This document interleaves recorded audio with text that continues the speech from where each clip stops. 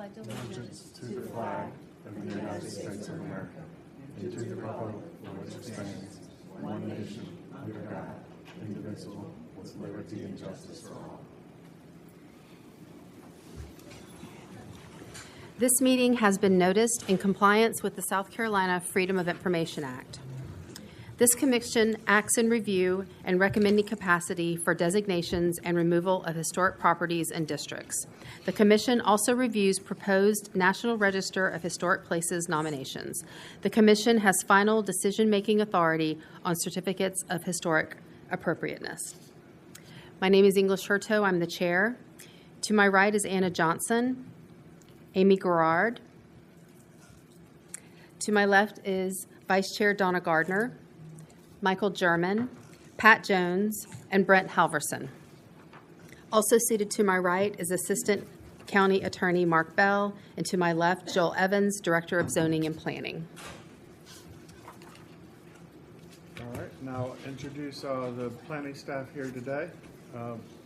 Andrea Melisick-White, the Deputy Director for the Planning Department. Emily Pickett, she will be presenting cases, as well as Monica Eustace.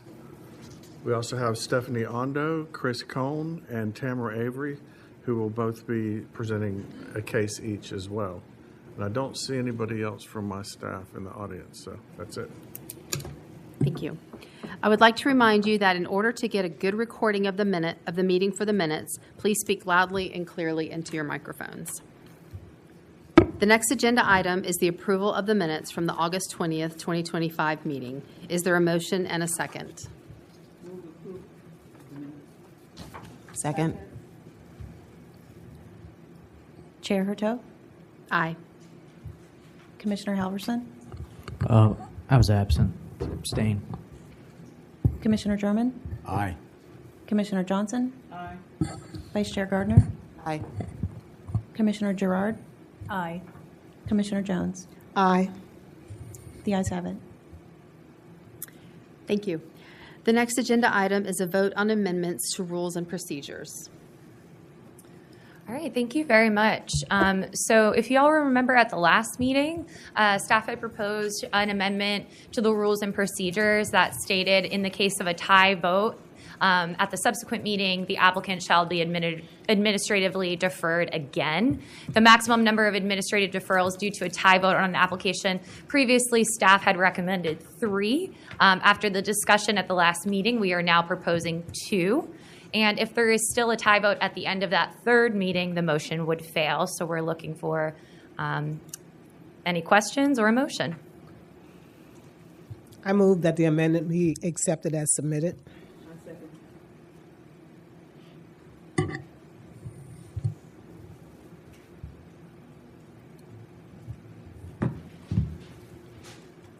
Doing discussion? Okay. Oh, sorry.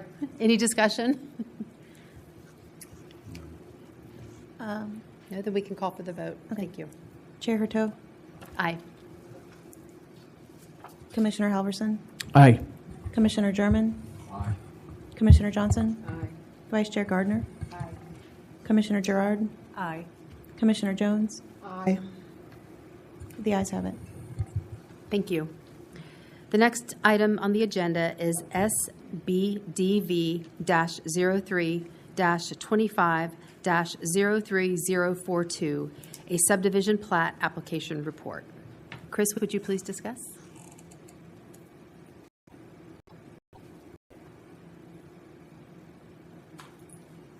All right. Good morning, or good afternoon. Good morning. Let's see. Let's pull it to the top. You can try. Oh, it's not yet. You want to? Sorry. No worries. It's different every time. So here you go. Oh, It's like a dual side. that's wonderful. It's off. Is that Okay. okay for you? Yeah. No. Great. All right. So we have SBDV 03042. Today, September 17th, with the Planning Commission for October 13th, Plan 2025. The property TMS number 583-00-00-284. The proposal is the applicant is proposing to take one existing lot and is creating two lots. So here we can see the future land use showing as the urban suburban cultural community protection area. We have the current zoning, which is zoned S3 Special Management District. And then you can see the current zoning overlay.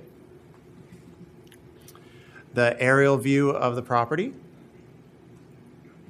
The Phillips Community Historic District overlay. The FEMA flood zone. And then the site photos. So here we have from Canyon Lane, looking at it directly as well as across. We have to the left and to the right on Canyon Lane. And then we have the from Highway 41 looking at it directly and then across the street. And then to the left and to the right of Highway 41. So here we have the proposed plat showing the lot, the existing lot, and proposing the two. So SC State Law Section 6-29-340, functions, powers, and duties of local planning commissions. Section Part B, regulations for the subdivision or development of land and appropriate revisions thereof, and to oversee the administration of the regulations that may be adopted as provided in this chapter. Section C, an official map and appropriate revision on it showing the exact location of existing or proposed public street, highway, and utility rights-of-way, and public building sites, together with regulations to control the erection of buildings or other structures or changes in land use within the rights-of-way, building sites, or open spaces within its political jurisdiction, or a specified portion of it as set forth in this chapter. Charleston County Historic Preservation Ordinance Section 21-6A Subdivision Plat Application Reports. Purpose: in order to encourage the preservation of the historic character of historic properties and historic districts. Preliminary and minor subdivision plat applications as defined in the Charleston County Zoning and Land Development Regulations Ordinance for historic properties / districts and properties located within 300 feet of the historic properties and districts must be evaluated by the Commission prior to final determination by the Charleston County Planning Commission. 1, Commission evaluation. The Commission shall evaluate each subdivision plat application subject to Section 21-6 Subdivision Plat Application Reports for compliance with the cultural resources element of the comprehensive plan. The Commission shall provide a report on the application to the Planning Commission that addresses whether and how the application is or is not consistent with the goals, objectives, and policies of the cultural resources element of the comprehensive plan. A majority of the HPC members present and voting shall be required. The Commission shall not defer a subdivision plat application. Notice, newspaper, posted, community interest, neighbor, and parties in interest notice of the Commission meeting shall be provided in accordance with the requirements of Section 21-8 notices of this ordinance. HPC can't approve, deny, or defer subdivision applications. Charleston County Comprehensive Plan 3.4.3 Cultural Resources Element Goal. So we have the cultural resources elements and then the criteria, CR1 through CR5, CR5 through CR10, CR11 through CR15. Notifications for SBDV 03042. 287 notification letters were sent to individuals on the Historic Preservation and East Cooper area interested parties list, as well as property owners within 300 feet of the subject parcel on August 29, 2025. Additionally, this request was noticed in the Post and Courier on August 29, 2025, and signs were posted on August 28 of 2025. Public input. As of September 16, 2025, no public input has been received. Commission member report. Pursuant to Section 21-6.d and e of the Historic Preservation Ordinance, there shall be no motions or votes for approval, denial, or deferral of the application. Staff will call the roll, and each commission member will state if the application is consistent or not consistent with the comprehensive plan. Each member will provide specific reasons or to support their decision for the record.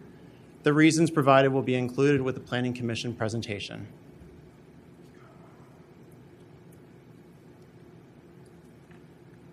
Thank you, Chris, for your comprehensive report. Are there any questions for staff from the commission members?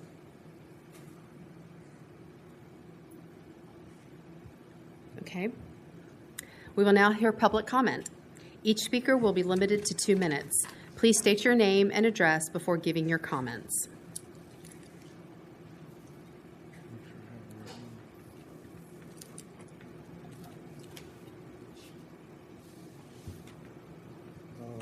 Dietrich Stelgis. Mr. Stelgis? Yes, sir. Yeah. I signed up for the other one. Oh, I thought this was the 41, sorry. This was 42, sorry about that. Oh, you did have it in the right order. Sorry, Stephanie. Lawrence Knight.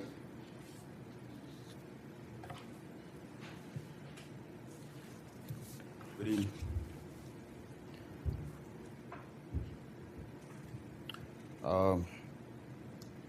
I'm the owner of the property, 2943 Canyon Lane.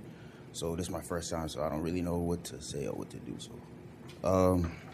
I guess I bought it in 2025, and I've lived there since with a mobile home on it. And I was thinking to subdivide the property to kind of just looking a little further down the road. My daughter, she'll be back from college soon, so I was thinking maybe she might need a place to stay. I'm not from this particular community in Mount Pleasant, but I'm not too far down the road. I went to high school with a lot of the kids around there, so I know a lot of people around there. I don't know. That's what I got going on. Okay. Yes, ma'am. Thank you. She has a question. Oh, sorry. Yes. So you said this purchase, the entire piece of property in 2025? Well, I got a owner finance, and I completed it this year in July. So I was owner financing it from July 2020 to July 2025. 2020? Yeah, that's when I went into it. And so your intention is to My provide intention is- some kind of property for your daughter, you said? Yes, ma'am. Well, I want to split it in half to where I'm on the back half and maybe she would be in the front half. I mean, she don't know that I'm doing this. I'm just trying to just get ahead of what I'm trying to, just thinking a little further down the road, trying to get this thing together for her. Okay, I missed the lot size. The lot size, I'm pretty sure it's pretty We can close show to that. 1 acre. So, yeah, it's 0.99 acres for the combined, and they are, so the Lot B1 is going to be 0.41 acres, and Lot B2, 0.58 acres.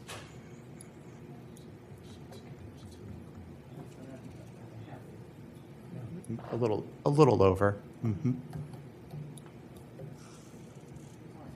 Thank you. And then, if everyone's, Jonathan Ford. Okay, thank you. Appreciate your comments. Oh, okay. All right, Is that it? that's it. Okay, this report is now closed to public comment.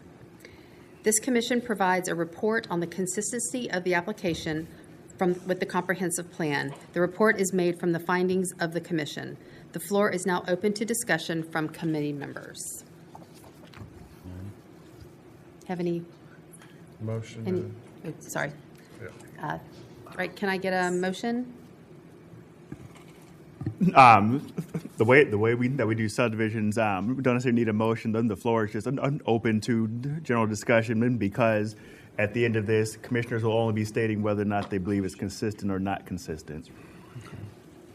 So Stephanie can just go one by one to everybody. I have a question. Yes. Okay. Yeah. My question is, in order for us to determine whether this is consistent or not, and I apologize for the redundancy, is what is it that we need to know based on his proposal to subdivide this? Do we need to know to determine whether or not it's, I mean, I see what's in here, but what about it that he's doing to subdivide it is going to help us understand whether or not it's consistent or not? But specifically, what should we be looking at? Well, from the staff's perspective, we feel that it meets, it's zoned S3. It meets the S3 minimum lot size. In fact, it's larger than the minimum lot size for S3. It's about half an acre. The minimum lot size is about a little over a quarter acre. Okay. So in that aspect, if you're considering the density of the property and as to whether or not the lots fit in, these lot sizes that are being proposed fit well within the Phillips Community S3 zoning. Okay. Yep. Thank you for that. Okay, so if there are no further questions or discussion, we will now vote on this. I'm not going, I don't have a question, I just wanted to thank Mr. Evans for the clarity there, because I think it's important for us to know, you know, if the lot size is meeting, but. The zoning. Yeah, zoning yeah. requirement. And it goes beyond that. As far, if you're looking for a large, yes. And, yeah, and remember, as reminded by the county attorney, we won't be making a vote or a motion. Stephanie will just go one by one and state whether or not it meets the comprehensive plan cultural resources element, and you just pick one. If you, or if there are multiple, you can pick multiple. Right. We don't have all this. It's in front of you, right there. It's right It's here, right in yeah. front of you. It's on the screen. Yeah. Okay, so once again, when your name is called, please state whether the subdivision application is consistent or not consistent, and with which cultural resource strategy. So, would you please? Chair Hurteau. I believe that it is consistent and with CR1, CR2, and CR3. Commissioner Halverson. CR 1, 2, 3, 7, 8, and 9. Commissioner German. Consistent, CR 1 through 50. Commissioner Johnson. I think it's consistent with CR 1, 2, 3, 7, and 9. Vice Chair Gardner. Consistent via CR 1 through CR 7. Commissioner Gerard. Consistent with CR7 and CR9. Commissioner Jones. Consistent with CR 1, 2, 3, 7, and 9. I have that the bodies found it consistent, citing 1 through 15, if I heard that correctly. Okay. Thank you.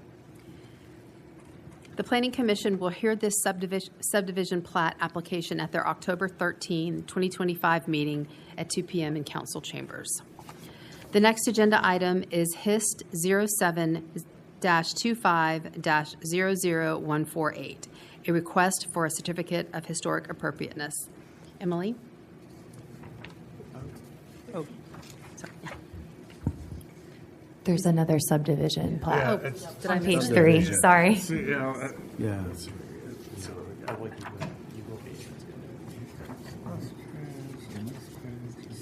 Oh, wow, I missed a whole page. I'm sorry. That's all right. Okay.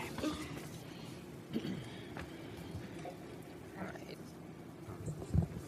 Okay, the next agenda item is SBDV-06-25-03141, a subdivision plat application report. Chris, would you please discuss? I think Tamara's doing this one. Hi. That's all right. Sorry. Thank you, Tamara. I'll get up and do the next one. Okay. Hi, so I'm Tamara Avery with the Subdivision Division. I'll be presenting SBDV case 03141. The subject property is located at TMS number 583-00-00-041. And the proposal is to take one existing lot and to create 2 lots. The future land use map of the subject property. The property is zoned S3, which is Special Management District. The current zoning map, S3. An aerial of the property to be subdivided. The Phillips Community Historic District map. The flood zone map. Site photos of the subject property from Canyon Lane.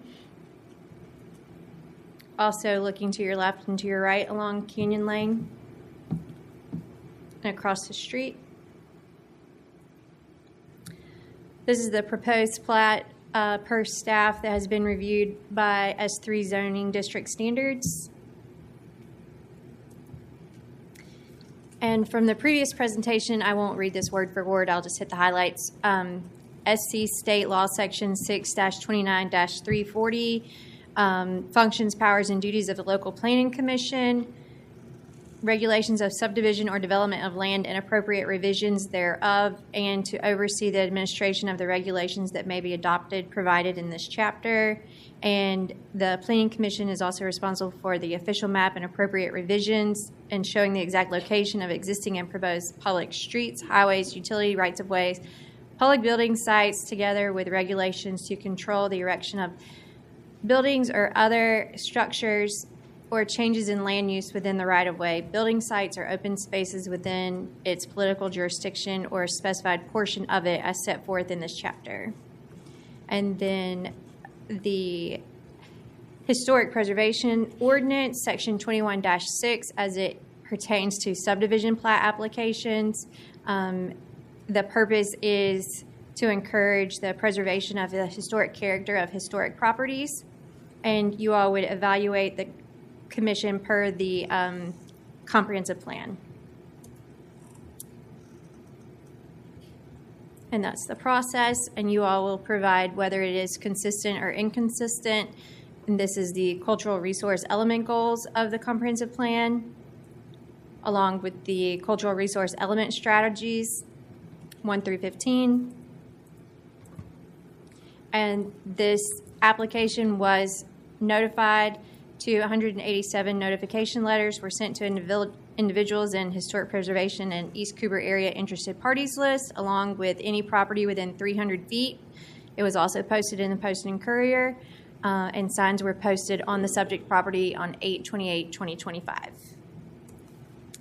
And as of September 16th, no public input has been received for this application. Okay. And now it's for the commission report. Okay. Thank you very much. Are there any questions for staff from the commission members?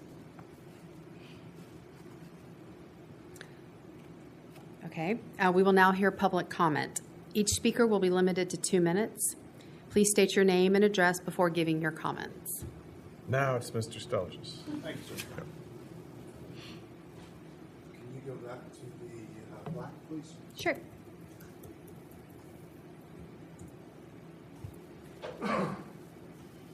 Dietrich Stelges, 1555 Joe Rouse Road. I'm cutting off the triangular piece of the property. There is a ditch that we have running through the property that drains all of the Phillip community.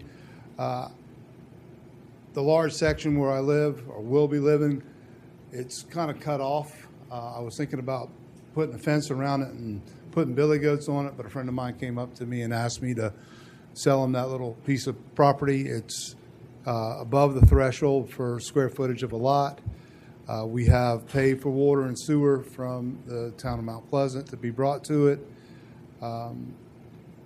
It's a good fit. There's a 10-acre tract that I've been approached to sell this property to. I don't want to do that. I'd rather sell it to Kenneth, a friend of mine that has grown up in the neighborhood.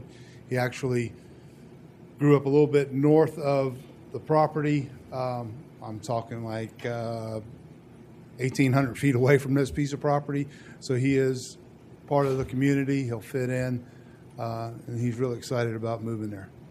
He's going to build a, I think, 1,100 square foot, 2-bedroom house for him and his dog, moving out of an apartment or a townhome. So he's excited about getting there. So I'd appreciate it if y'all could see fit to pass this, and I'll see you in a couple months. Any questions? Thank you. Yes. Any questions?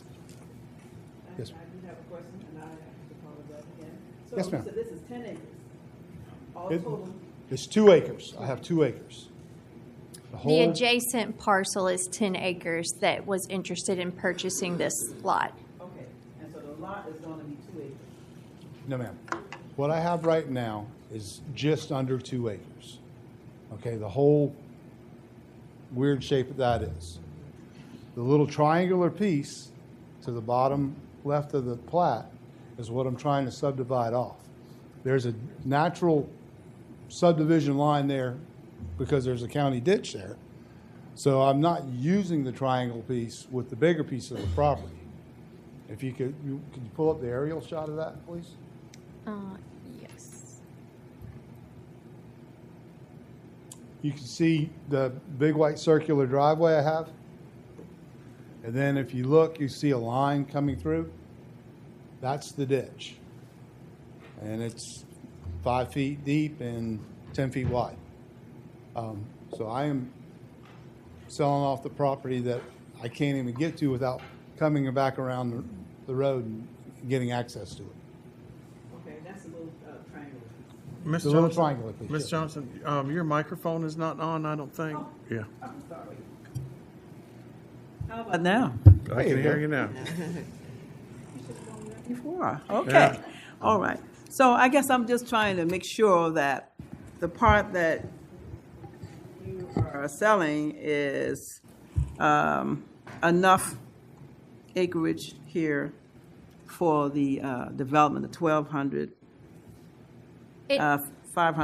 12,500 square feet.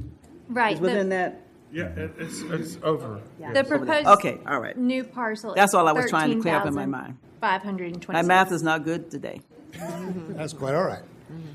Anything else? Thank you. Thank you.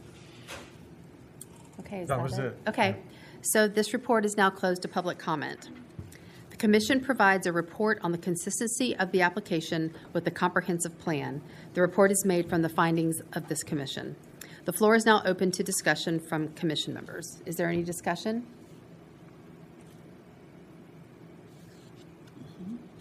Okay, if there is no further discussion, we will state if this is consistent or inconsistent. Chair Hertog? It is consistent with CR 1 through 15. Commissioner Halverson? Consistent CR 7 and 8. Commissioner German? Consistent CR 1 through 15. Commissioner Johnson? Consistent with 1 through 9. Vice Chair Gardner? Consistent with CR 1 through 8. Commissioner Gerard? Consistent with CR1 and CR7. Commissioner Jones? Consistent with CR 1, 7, and 8. The body finds it consistent, citing CR 1 through 15. Thank you. The Planning Commission will hear this subdivision plat application at their October 13, 2025 meeting at 2 p.m. in council chambers. Okay, so we're done with subdivisions, right? Yeah, Okay. done with subdivisions, Okay. yeah. The next agenda item is HIST 072500148, a request for a certificate of historic appropriateness.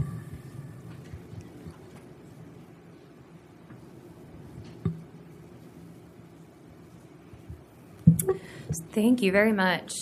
So this certificate of historic appropriateness request is for the construction of a gravel parking lot and required impervious ADA access to support the existing church on site at TMS 583-0000020, 2929 Bennett Charles Road, which is a property within the Phillips Community Historic District.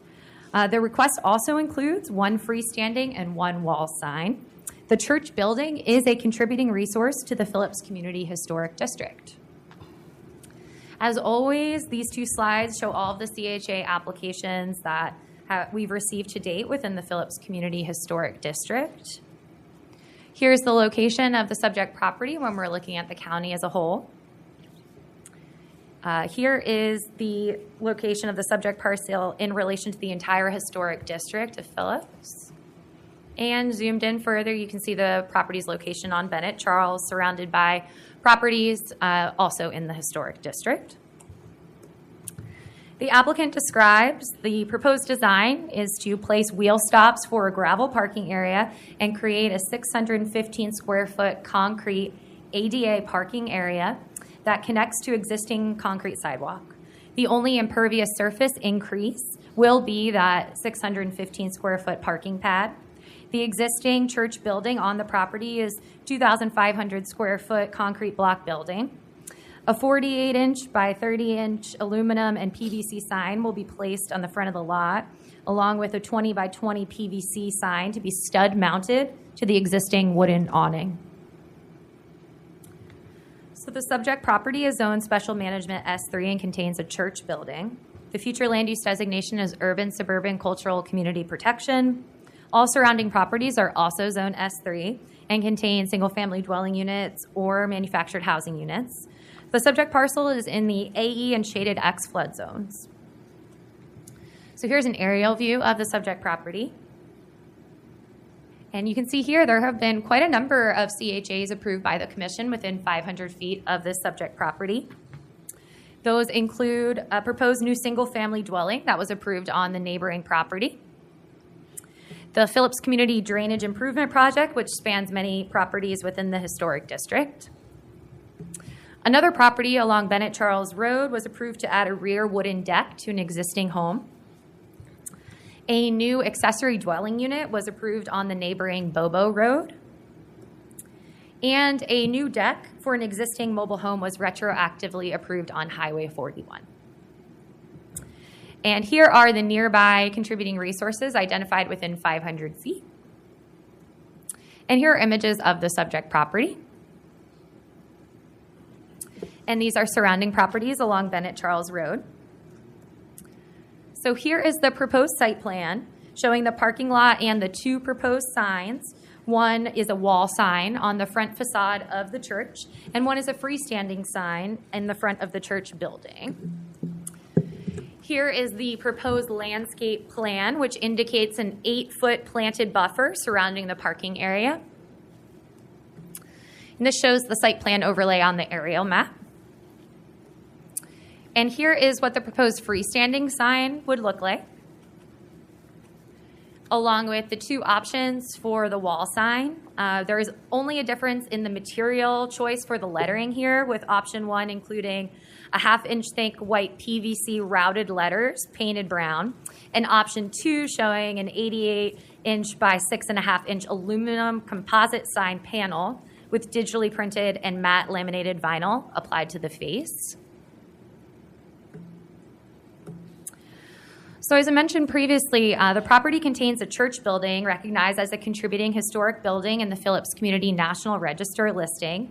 The building formerly housed the House of Prayer Pentecostal Holiness, which was formed by Ms. Mary Jane Bennett, a resident of the Phillips community, in 1970 and operated until her passing in 2015.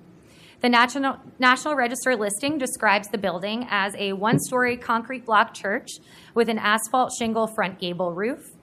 The historic core measures 3 by 4 bays and contains a steel spire centered at the ridge. The gable end is clad in vertical beadboard. At the primary west elevation, a single bay pedimented portico caps the front entry, which consists of double paneled doors and is supported by wooden posts. Fenestration consists of 6/6 wooden sash windows. A 3 by 2 bay addition extends from the structure's north elevation, creating an overall L-shaped footprint. A secondary entrance is offset at the west elevation. All windows in the addition reflect those in the historic core. The applicant will be making no changes to the exterior of the church building except for adding minimal wall signage in the pediment above the entryway. Additionally, the two-pole style for the proposed freestanding signage is consistent with existing signage, including those for churches within the Phillips Community Historic District. The location of the proposed freestanding sign, however, does impede upon the view of the historic church building. The applicant demonstrates in their design the desire to make as few changes to the existing historic context as possible. In fact, other than requesting one freestanding sign and one wall sign, all other aspects of the site changes seek to bring the property into compliance with the current ZLDR requirements. The proposed site improvements meet the requirements of religious institutions within the S3 zoning district set forth in the ZLDR.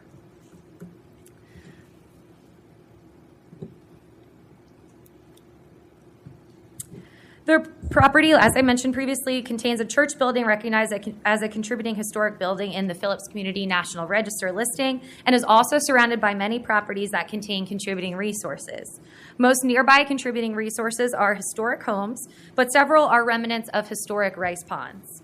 The applicant has avoided potential negative impacts to the historic district through their decision to make as few changes to the site as possible, just those necessary to meet the current ZLDR requirements for religious institutions, such as converting the formerly grass parking area to an all-weather surface, gravel in this case, and wheel stops, as well as incorporating ADA parking and access.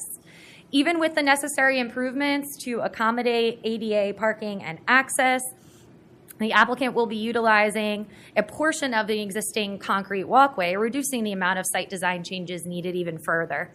Additionally, the proposed wall signage does not change any of the character-defining features of the existing building and could be easily removed in the future so not as to destroy the historic fabric of the church.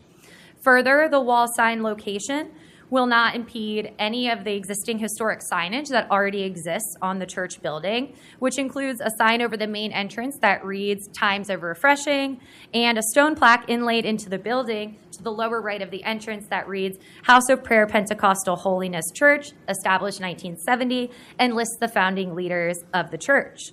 The applicant has proposed to place a freestanding two-pole sign in front of the church building.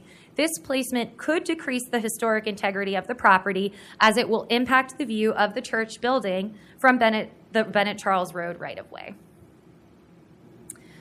The proposed freestanding sign placement in front of the church building, which is a contributing historic resource, does present a possible negative impact to the building, again by impeding upon that view of the historic church from Bennett Charles Road. The lot could accommodate the freestanding signage further away from the historic church while still complying with the regulations of the ZLDR and being an effective way of identifying the property, especially since the applicant is proposing wall signage on the historic church building. Other than the placement of the freestanding signage, the applicant has avoided potential negative impacts to the historic district through their decision to make as few changes as possible, just those, again, necessary to meet the ZLDR requirements. So based on the applicant's responses, we do believe the application meets the approval criteria. Therefore, staff is recommending approval with the following conditions. 1, the proposed freestanding signage be moved to the opposite side of the vehicular access from the historic church building in a location that complies with the requirements of Article 9.7, vision clearance and sight distance visibility of the ZLDR. And 2, all major changes shall be processed pursuant to the Historic Preservation Ordinance. We did receive 42 comments in support of this application prior to today's meeting. And of course, we noticed the meeting as required. Thank you. Thank you, Emily, for your comprehensive report. Are there any questions for staff from the commission members?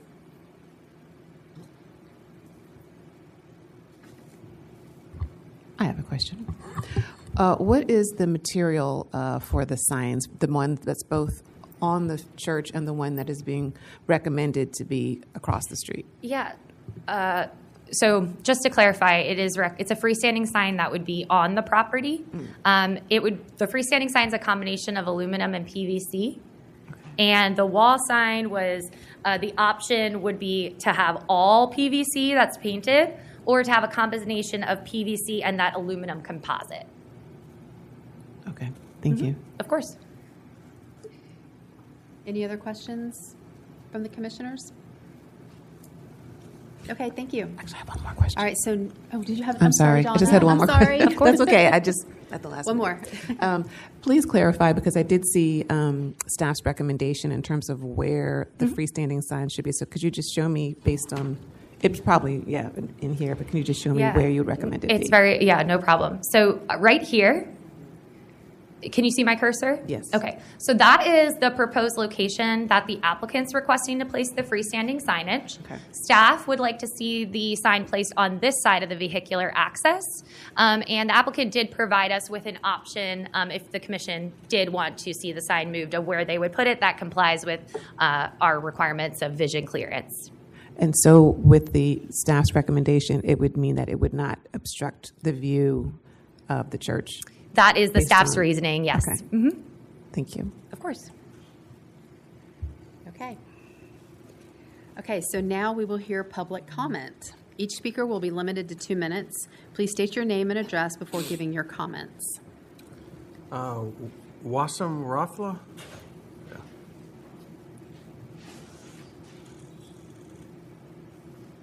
Good afternoon. My name is Wasim Rafla. I'm the board member of the church, St. Mary and St. George Church. We bought this church in June of this year, and we bought it as a church, and our intention is to keep it as a church. We are the Coptic Orthodox Church. We've been renting some churches right now, and finally we're able to buy this church, and we would like to open it as soon as possible, but after your approval, to have it and to have worship and do our normal activity church every week. Okay. Thank you. Thank you. Thank you. Mr. Caldas? Okay, he's getting up. Ibrahim Caldas, 1128 Willoughby Lane, Mount Pleasant. I'm the treasurer for the church. I am very happy that we're working with this community, Phillips community.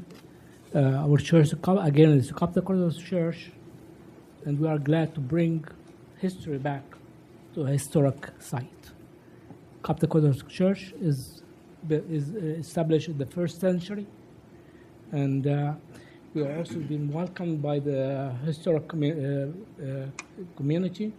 And I would like to introduce you, and we are going to be working with you guys. Anything you are asking from us, we'll bend backwards to accommodate you guys. And I would like to introduce the president of the Phillips Community Center, is a community, Mr. Richard Haberman. Is he on the list? Good evening. I'm Richard Habersham. I live directly across from this church, and we're happy to have the church in the community and need to keep this area as a church. And we don't have a problem with them putting the gravel down because they always had parked over there, even though we didn't know that it was illegal not having an approved parking lot. But they have met with us and they came out to our family day this past August and everything, and I think they'll be a welcome asset to the community. Thank you. Thank you. That's it. That's all? Okay. So this case is now closed to public comment. Before discussion, is there a motion and a second from the commission? When making a motion, please cite how each of the specific approval criteria have or have not been met.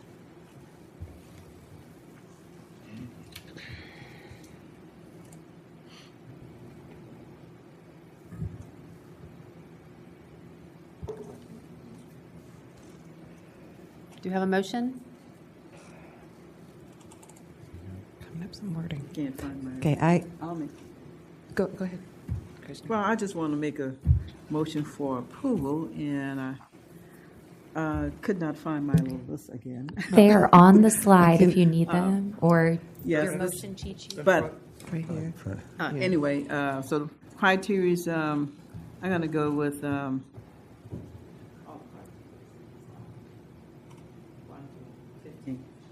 No, that's just different. 3. This is 3. This is Oh.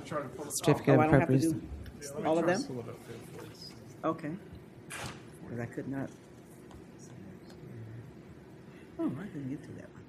But in the meantime, I want to thank the church members for wanting to keep the building worship, and commend you for working with the community and trying to maintain its character as well, you know, as you do the small renovations that you're doing with the parking lot and the sign. So I just want you to know I really appreciate that. Okay, so the proposed, the recommendation is based on one, proposed freestanding signage. Be moved to the opposite side. Do I have to read all of this? Want me to make the motion? Or just the recommendation, proposed recommendation by the staff? Yes. And I have to say that, okay. And let's see. 2, all major changes shall be processed pursuant to, okay, section 21-5, M. Modifications approved by certificates of historic appropriateness.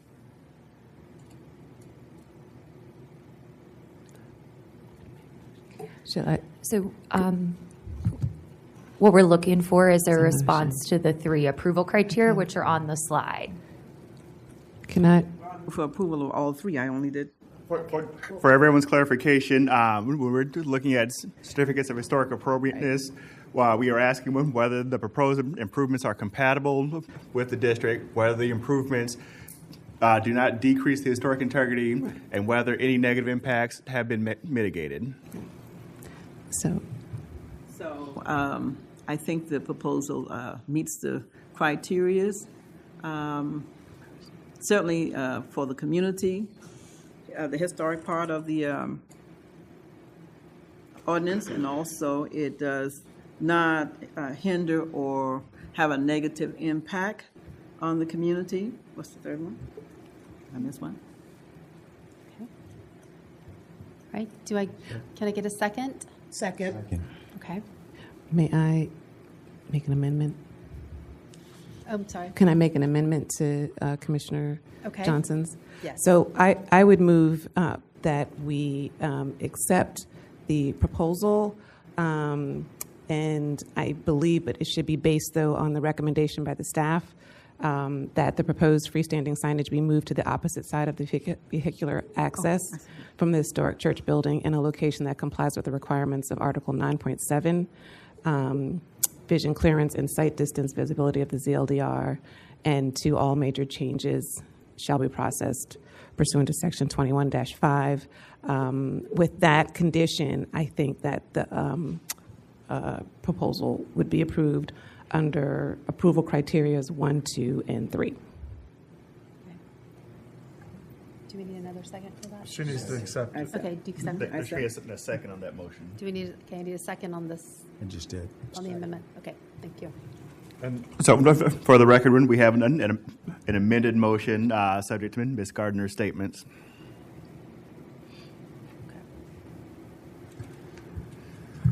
Okay, is there any discussion through the commission members?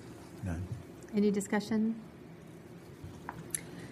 Okay, so if there's no further discussion, it's time for a vote. Chair Hurteau. Aye. Commissioner Halverson. Aye.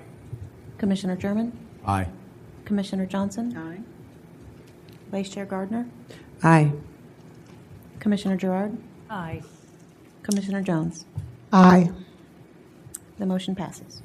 Thank you. This is the final decision of the Historic Preservation Commission. If any person with a substantial interest in a decision of the Historic Preservation Commission chooses to appeal this decision, they may do so to the Circuit Court of Charleston County. Such appeal shall be filed within 30 calendar days after today's date. The next agenda item is HIST 0725-00144, a request for a certificate of state of historic appropriateness. Emily? All right. Thank you very much. So as stated, this is a request for a certificate of historic appropriateness, this time for the construction of 2 4,060 square foot office buildings and related site improvements on TMS 580-1400031, also known as 2521 Highway 17 North, which is a property within 300 feet of Boone Hall Plantation, which is listed on the National Register of Historic Places. So here is the subject property when we're looking at the county overall. And then here you can see the subject property's proximity to that historic parcel, in this case Boone Hall Plantation, which is shown in blue. And then the hatching indicates that 300-foot radius from the historic property. So the applicant states the 2521 North Highway 17 Offices project is situated on a 1.98-acre commercial parcel in unincorporated Charleston County. The property includes an existing 9,879 square foot retail warehouse furniture store at the front of the property that's called to remain, and a cell tower on the site also called to remain. The project proposes the construction of 2 new single-story office buildings, approximately 4,060 square foot each, associated parking, drive aisle, landscaping, and utilities necessary for these improvements. The proposed office buildings are designed to be similar in appearance and character to the existing retail and warehouse building and comprise of similar architectural character of the surrounding area. Architectural features include a single-story low-country architectural style, including horizontal lap siding, front covered porches, columns, awnings, and a gabled roof. The total site impervious area post-construction will be 68%. Landscaping will be provided and include numerous additional canopy trees for buffering and open spaces. There are no indicated historical contributing resources on the property and no impacts to the historical resources from the development. So Boone Hall Plantation was first listed on the National Register in 1983, and it is, of course, noted for its significance as a plantation that developed between the 18th and 20th centuries. So the applicant presented a conceptual plan workshop in front of this commission in June of last year. The applicant made the following revisions to their plans as a result of the feedback received at that meeting. The building width and length has been reduced. The roof ridge height has been increased for slope and height compatibility with the existing on-site warehouse building. The brick-based material has been removed. The front porch area has been increased. The porch and roof material colors have been altered to approximately match existing on-site warehouse roof colors, along with that window trim being darkened for greater compatibility as well. The subject property is zoned village commercial within the Isle of Palms connector to Hamlin Road area. Within that Sweetgrass Basket Stand special consideration area of the Mount Pleasant Overlay Zoning District. And it contains a commercial building, again, currently housing a retail store and also coffee shop. The future land use designation is the same as the current zoning. The property to the north across Highway 17 is Boone Hall Plantation, which is zoned resource management and, of course, contains a working farm and historic site. Surrounding properties to the south and west are within that residential area of the Sweetgrass Basket Stand special consideration area of the Mount Pleasant Overlay Zoning District and contain dwelling groups, Sweetgrass Basket Stands, or are undeveloped. The property to the east is zoned the same as the subject parcel and contains a church parking lot and Sweetgrass Basket Stand. And the subject parcel is in the X flood zone. Here's an aerial view of the subject property. We've had several CHA applications approved by the Commission on the Boone Hall property itself. So these include the farm market building, a rehabilitation of the former gin house building, a water main installation, and then changes to the approved farm market building, as well as changes to the approved gin house rehabilitation. So here are images of the subject property. And then these are photos of nearby properties. And here is the site plan showing the 2 new office buildings and accompanying parking lot improvements. And this is the provided landscape plan. And here is the front elevation of the office buildings. Please note both are proposed to be identical. So this would be for both new office buildings. And a front and side perspective, as well as a rear and side perspective. This rendering was provided by the applicant to show the internal access road streetscape. The existing structure is on the far right here. And then here are some other site view perspectives also provided by the applicant. And the site plan overlaid on the aerial map. So the subject property is not historic itself, but it is within 300 feet of Boone Hall Plantation, again listed on the National Register. The proposed property did formerly operate a farm market for Boone Hall Plantation in the existing building, although that use ceased operations over a decade ago. The proposed design complies with the requirements of the ZLDR, including the architectural standards of the Mount Pleasant Overlay Zoning District Sweetgrass Basket Stand Special Consideration Area. Design of the site improvements are compatible with the historic, cultural, and architectural character of Boone Hall Plantation, and the applicant has demonstrated that they have incorporated changes to the design as a result of the feedback from the conceptual plan workshop, including reducing the size of the buildings and matching material, color, and window treatments to the existing building on site, which together result in a much more cohesive streetscape along Dugan Lane and increased compatibility with the existing building on site. So again, the subject property is within that 300-foot buffer. However, the proposed new office buildings will be located to the rear of the existing retail building. Although the new buildings will be visible when traveling along Highway 17 North, the portion of Boone Hall Plantation that is closest to the subject parcel contains undeveloped forest land and no noted contributing historic resources. Therefore, it is unlikely that the construction of the two new office buildings and related site improvements will decrease the historic integrity of any of those properties that contain identified contributing resources. No negative impacts to Boone Hall Plantation have been identified. Therefore, the final criterion has been met. And based on the applicant's responses, staff believes the applicable approval criteria have been met. Therefore, staff is recommending approval with the following condition. Any major changes shall be processed pursuant to our historic preservation ordinance. We did receive one letter in support of this application. And of course, we also noticed the meeting as required. Thank you, Emily, for your comprehensive report. Are there any questions for staff and the commission members?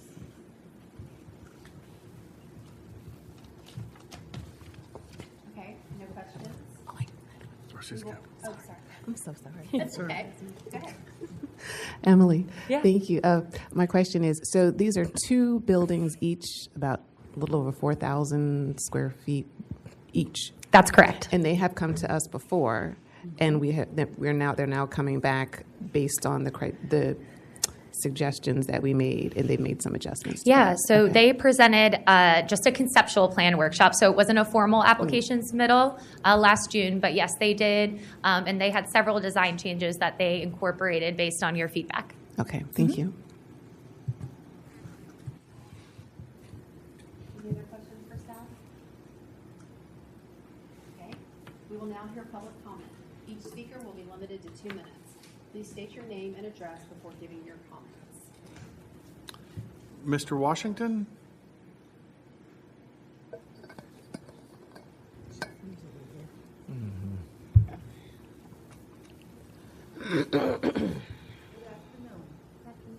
My name is Alma Washington.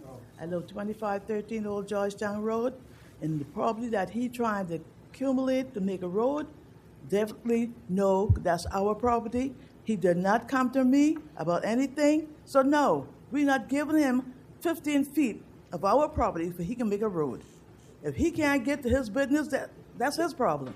Not going to use our land for his access. No.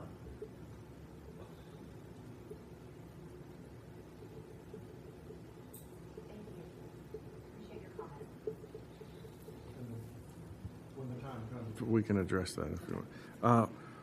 Ronald Capine? Sorry, I can't read. C-O-A-P-R, Capron?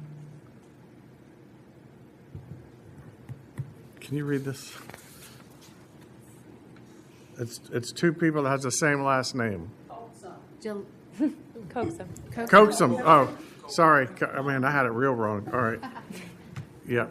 So the first one was Ronna Lee? Rosalie. Okay. Wow. I can't read. It's okay.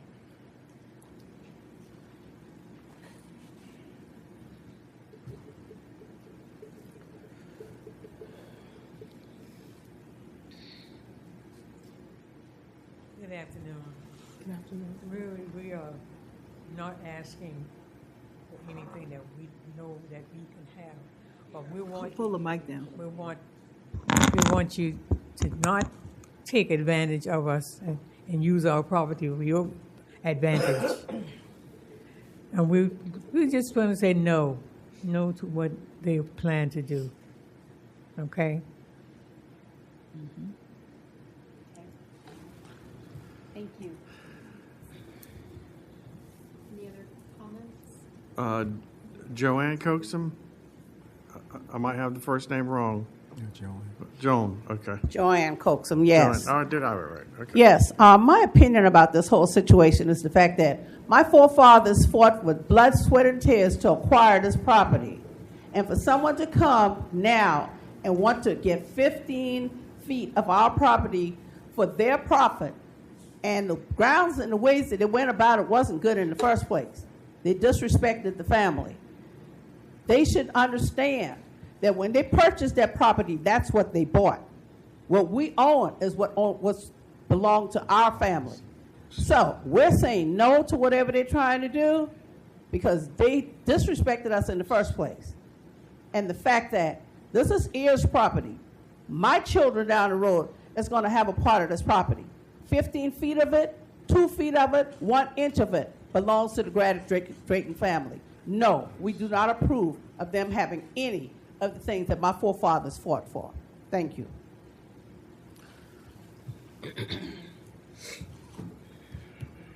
I can't read. Somebody, Dwayne Swash, okay. See, everyone's using their hand signature in the name and not printing. Using cursive. Yes. All right. I apologize about that. Yeah. Just And no one gave their email or address. So sometimes I'll read the email and I'll be able to get what the name is from the signature. Yeah, I apologize. My name is Yes, Ronaldo sir. Smalls, and I just put R Smalls, so I'm sorry about that. Yeah, I was here to address today. I live on the properties just as well at 2519, and the development they're talking about, what's going on right now, is directly behind our behind the house, and we have no acknowledge of what was going on or nobody came and talked with us. We just seen development going on, and just like Cousin Alma said, it's kind of crazy that you got people coming in your neighborhood and just doing all these different stuff, but the people on the property don't have no acknowledge what's going on. And it's just little things going on, through the grapevine that we're not sure of. But we seen people come through and they're doing different stuff. I cut the yard yesterday. You got people, the surveyors, they got different things that is going on, but the people on the property don't know nothing. And we're just going from what family says, or this property's going to sale, or this one I got mortgage, or this and that. We would like to know what's going on. I've been there all my life, and I'm 49 years old, and I really don't know what's going on. And the people who's doing the development, I can go in the backyard and actually see where the bricks, everything is upsetting. But I don't know, and how are they going to get there? The packing shed or the big shed, there's one way to get in for that parking lot. And on the side of that, as you said, the east is the church. So on the opposite side of that, that's us. And we don't know anything about, that's why I'm here today, to speak my behalf, because I never knew. Thank you. And your mic is off. Yes. Thank you. Can I ask questions of the last Sure. speaker, as well as maybe one or two with the Yes. speaker before him as well? If you can come back up, sir. You, and then also what was the lady's name? Joanne Coaxum. And Miss Joanne is Miss Joanne. Yes, ma'am. Hold on. And so because one of the things that we do have to consider with this, someone requesting something that's within 300 yards of an historic, 300 feet of an historic district, Yes, ma'am. we have to understand if there's any negative impacts to the community. Okay. And what I'm hearing, your comments as well as some of your family members, is that maybe they didn't come to you with any of this information. And so my question is, what is your specific concern? Is there something, is there maybe a map on here that you can pull up, Emily, to show us exactly what you're referring to in terms of there being some... there's a pink house on the end of that road by the stop sign. I was born and raised in that house. It's a pink house. And from my understanding, they really would like to have that lot or that area for a parking lot. I can go back a few years ago, when my grandmother was living, and she was asked if she was like to sell or whatever. She done passed and all that, but now it's done trickle down to the different, generation. And it seems like there's just things going on that we don't know about. And I'm just concerned because we have an understanding, at least by 2027 or 28, that the property is just is going to be, demolished and different things like that. Well, the home there's going to be demolished, demolition or whatever, for this parking lot or whatever's coming, And from my understanding, I did some questions. They got a area down there called the Fulton, and there's certain roads they're going to bring from the Fulton, from Rifle Range to the opposite of Old Georgetown Road, and it's going to be a connection in the middle, like a roundabout where everybody can either go this way, that way, or on the other end to kill some of the traffic off of 17, because 17 is a high congested area.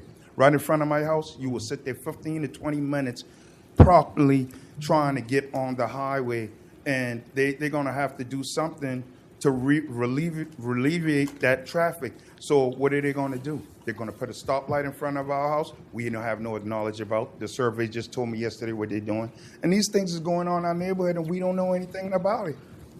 I mean, I'm just speaking, briefly on something would like to know of. I don't know if someone else knows, and they're not just saying it, but I would like to know, Okay. Thank you. We've been here all our life. Yeah. A couple of things, just so everyone knows. The request is not necessarily the negative impacts from the community,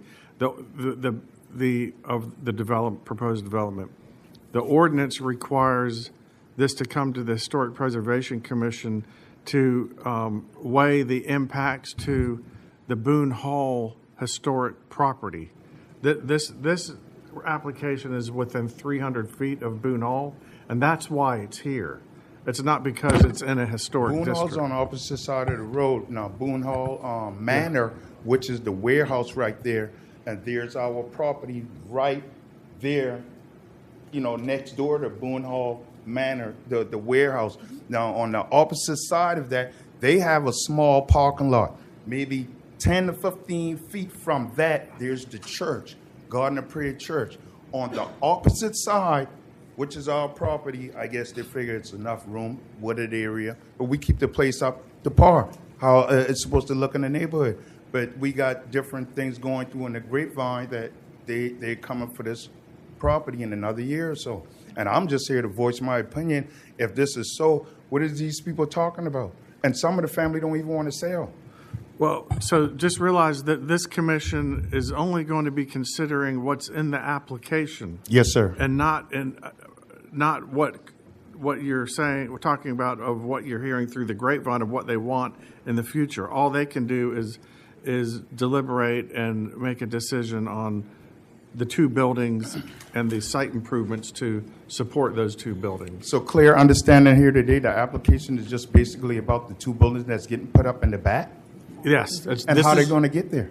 This plan shows it. They drive through the existing parking lot in the old Boone Hall Market, and it just extends, and it's basically doubling the size of the parking lot, and then ends. And then there are two office buildings.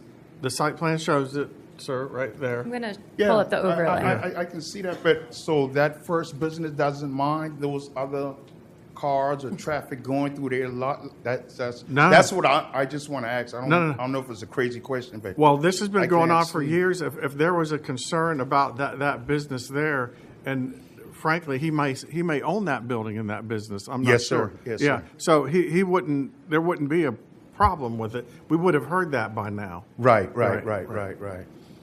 Well, I mean, I just asked because sometimes that business, when they get overcrowded, you got those people from that business park in my front Right. yard. Right. And that's what I'm saying about the over traffic. Is there going to be enough room back there or on that side where that traffic that needs to get to those two buildings, will they be able to get through there successfully without no other problem of coming on the other side, which is the Pringles and the Graddicks? So they're not. This site plan is not showing or contemplating any side access. It only accesses. Yeah, I know on- what your site plan is saying is showing, but what's going on actually physically in the eyesight? I do have a question. So on this particular image, where is your property? 2519 Old Georgetown Road. It's the pink house right there on the corner of the stop sign. You can't miss it. It's So right. but I'm trying to see it on here so I can get a feel It's this for it. large property. Okay. Where is okay. it? Okay. Okay. Yeah. And I guess while we're talking about it, so because since it came up, and there's one more speaker that wants to speak, but Well, I'm sorry if I took up too much time. no, No, we're good. That's just my concern question, and you helped me understand a little bit because I was kind of confused. Like, the parking lot is not about so big, and next door to that, there's a church. The opposite side, which is ours, it's a little more room. We sit on a little couple acres of land, and we just want to know what's going on with that. Right. So because we hearing different things, and I want to know, is that true or not? I can't speak to that other than what the applicant has proposed, both in site plan review to the Board of Zoning Appeals and now to this board, this commission. And this commission is just considering the architecture of those two buildings and whether or not it poses a negative impact on Boone Hall. Yes, sir. Yeah. That's it. That's full stop. Right. Okay. Would Boone Hall be a part of the community? Would that affect anyone in the community? If you're within 300 feet of Boone Hall, anything that gets developed through the site plan review process or a subdivision, then it would come to this commission for negative impacts to Boone Hall. That's the historic. That's the historic property here, right? So it has nothing to do with the heirship of our family. It doesn't really, other than if you have issues with the architecture of the building, you could make those comments. But it's not about the parking lot or the development of the property in general. He was trying to extend a road to get to this stuff. That was the whole complication there.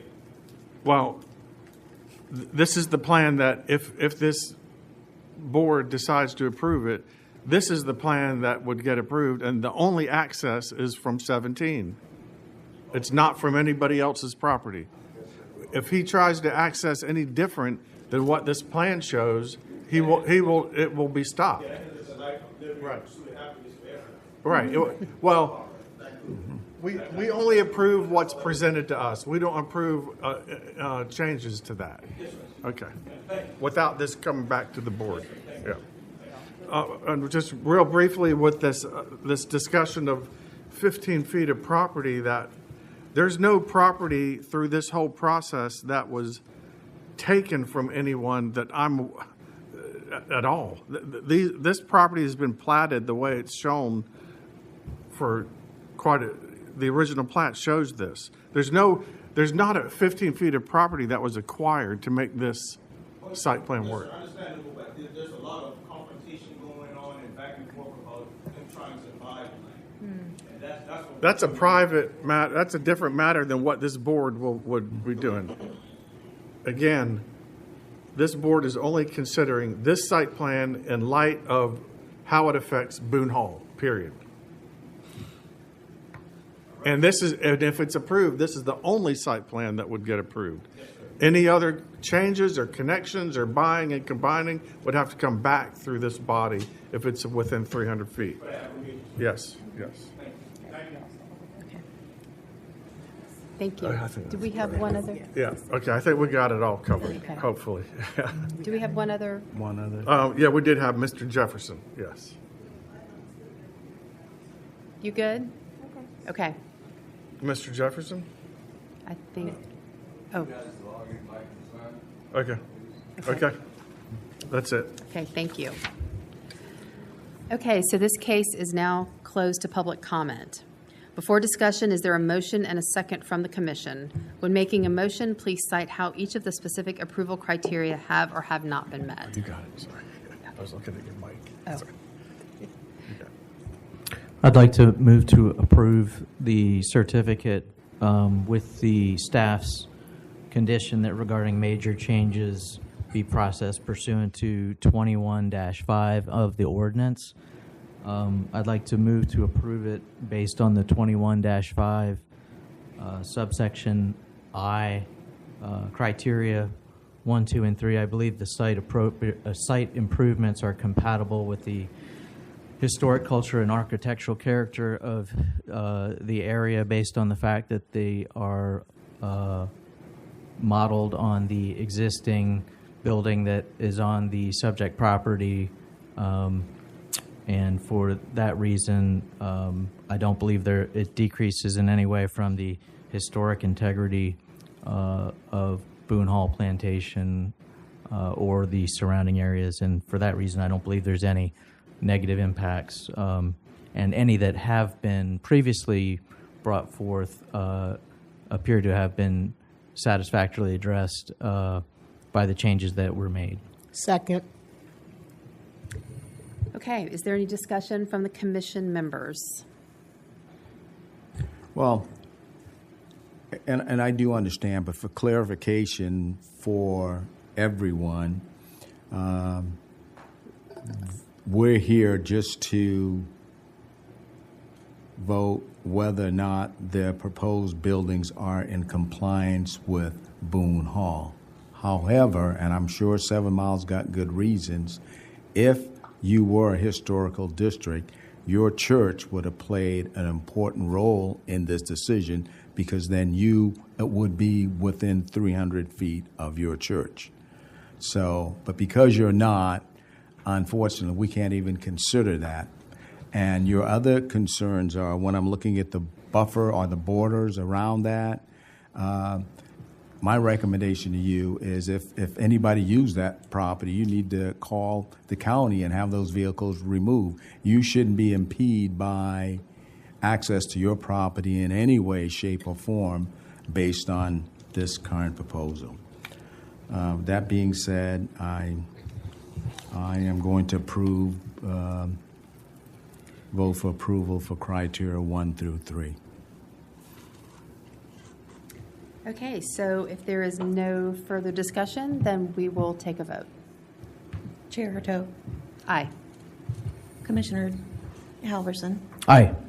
Commissioner German. Aye. Commissioner Johnson. Aye. Vice Chair Gardner. Aye. Commissioner Gerard. Aye. Commissioner Jones. Aye. The motion passes. Thank you. This is the final decision of the Historic Preservation Commission. If any person with a substantial interest in a decision of the Historic Preservation Commission chooses to appeal this decision, they may do so to the Circuit Court of Charleston County. Such appeal shall be filed within 30 calendar days after today's vote. The next agenda item is HIST 0525000140, a request for a certificate of historic appropriateness. Emily? All right, thank you again. So this request is for the construction of a single-family dwelling unit with drive under garage at TMS 614-0000755, known as 3801 Tim Askew Lane, and it is a property within the 10 Mile Community Historic District. These slides show all of the applications received to date within the 10 Mile Community Historic District. The applicant describes the project as a small 1,200 square foot elevated 2-story building with a garage on the first floor and living space on the second floor. The single family home will have vinyl siding and an elevated front porch and deck on the front of the house. The porch will be uncovered. A well and septic system will be used for the home. The applicant also clarifies that there are no identified contributing resources on the subject property. So here again is the location of the property when we're looking at the county overall. And here's a map showing the subject parcel. It's bordered to the southwest by the town of Mount Pleasant, but other than that, entirely surrounded by properties in the 10 Mile Community Historic District. And then here is a zoom out showing the parcel in relation to the entire historic district. We have received 2 CHA applications that were approved by the commission within 500 feet of the subject property. Here is the single-family home that was approved on the neighboring lot. And then here was a nearby approved application that involved retroactive improvements to the rear of an existing single-family home on a neighboring street. The 10 Mile community was designated as a Charleston County Historic District in June of 2022. It has also been recognized in the 2016 Charleston County Cultural Resources Survey update as its significance for social organization and settlement patterns. The property is zoned Special Management S3. It's currently undeveloped. The future land use designation is Urban Suburban Cultural Community Protection. Properties to the north, south, and east are also Zone S3 and are either undeveloped or contain single-family dwelling units. Property to the west is in the town of Mount Pleasant, zoned R3, and is an HOA open space area. Subject property is within the AE11 and shaded X flood zones. Here's an aerial view of the subject property and a site photo. And these are photos of neighboring properties along Tim Askew Lane. Here is the site plan showing the proposed home and that site plan overlaid on in the aerial map. This is the proposed front elevation, rear elevation, right elevation, and left elevation. The designation by County Council of the 10 Mile Historic District did not specifically mention architectural character. However, the proposed site improvements are compatible with the outlined historic and cultural elements of significance within the 10 Mile Historic District. The subject property will be using Tim Askew Lane for access.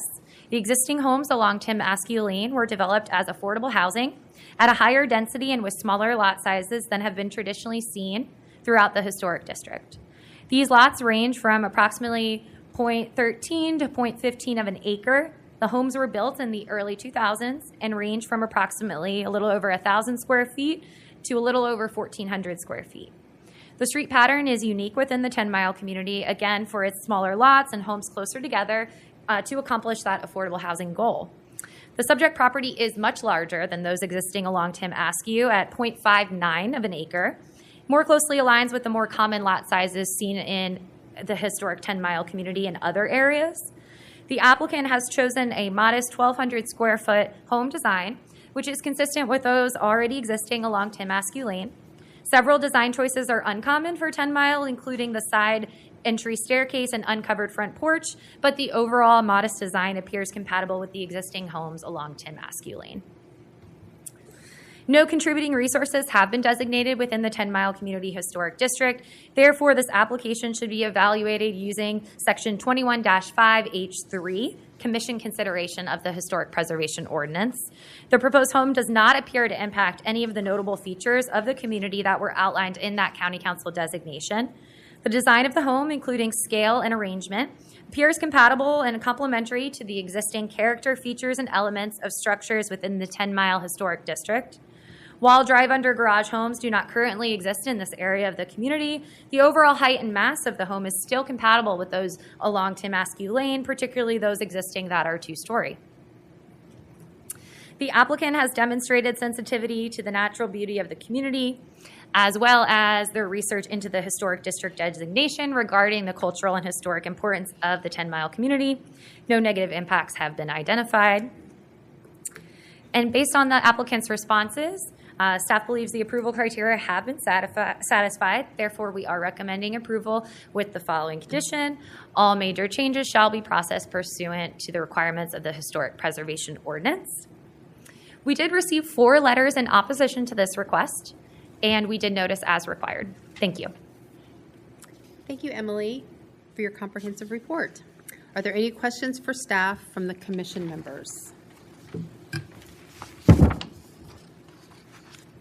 Oh, yes, Donna. The square footage of the house is 1,200. Okay, thank you. Mm-hmm. Any other questions for staff? Okay, we will now hear public comment. Each speaker will be limited to 2 minutes. Please state your name and address before giving your comments. We had one speaker sign up to speak, Fran White.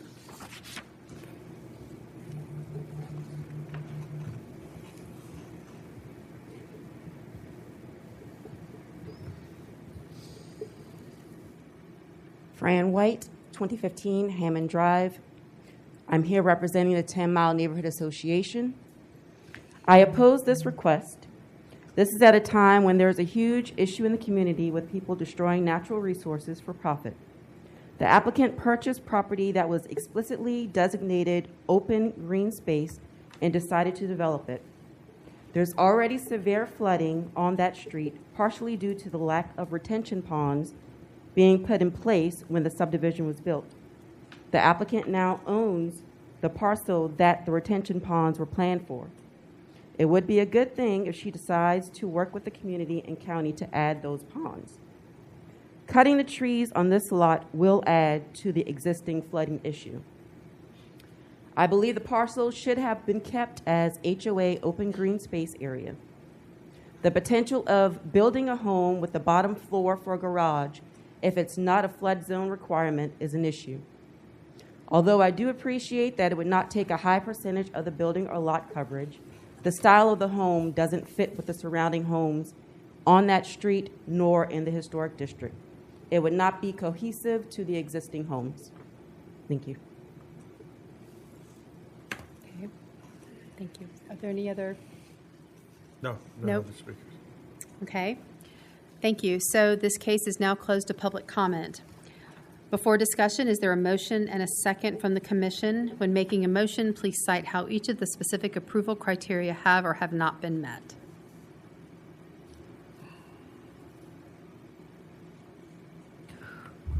I'll move to approve with the staff's condition that regarding any changes. I would note for the record,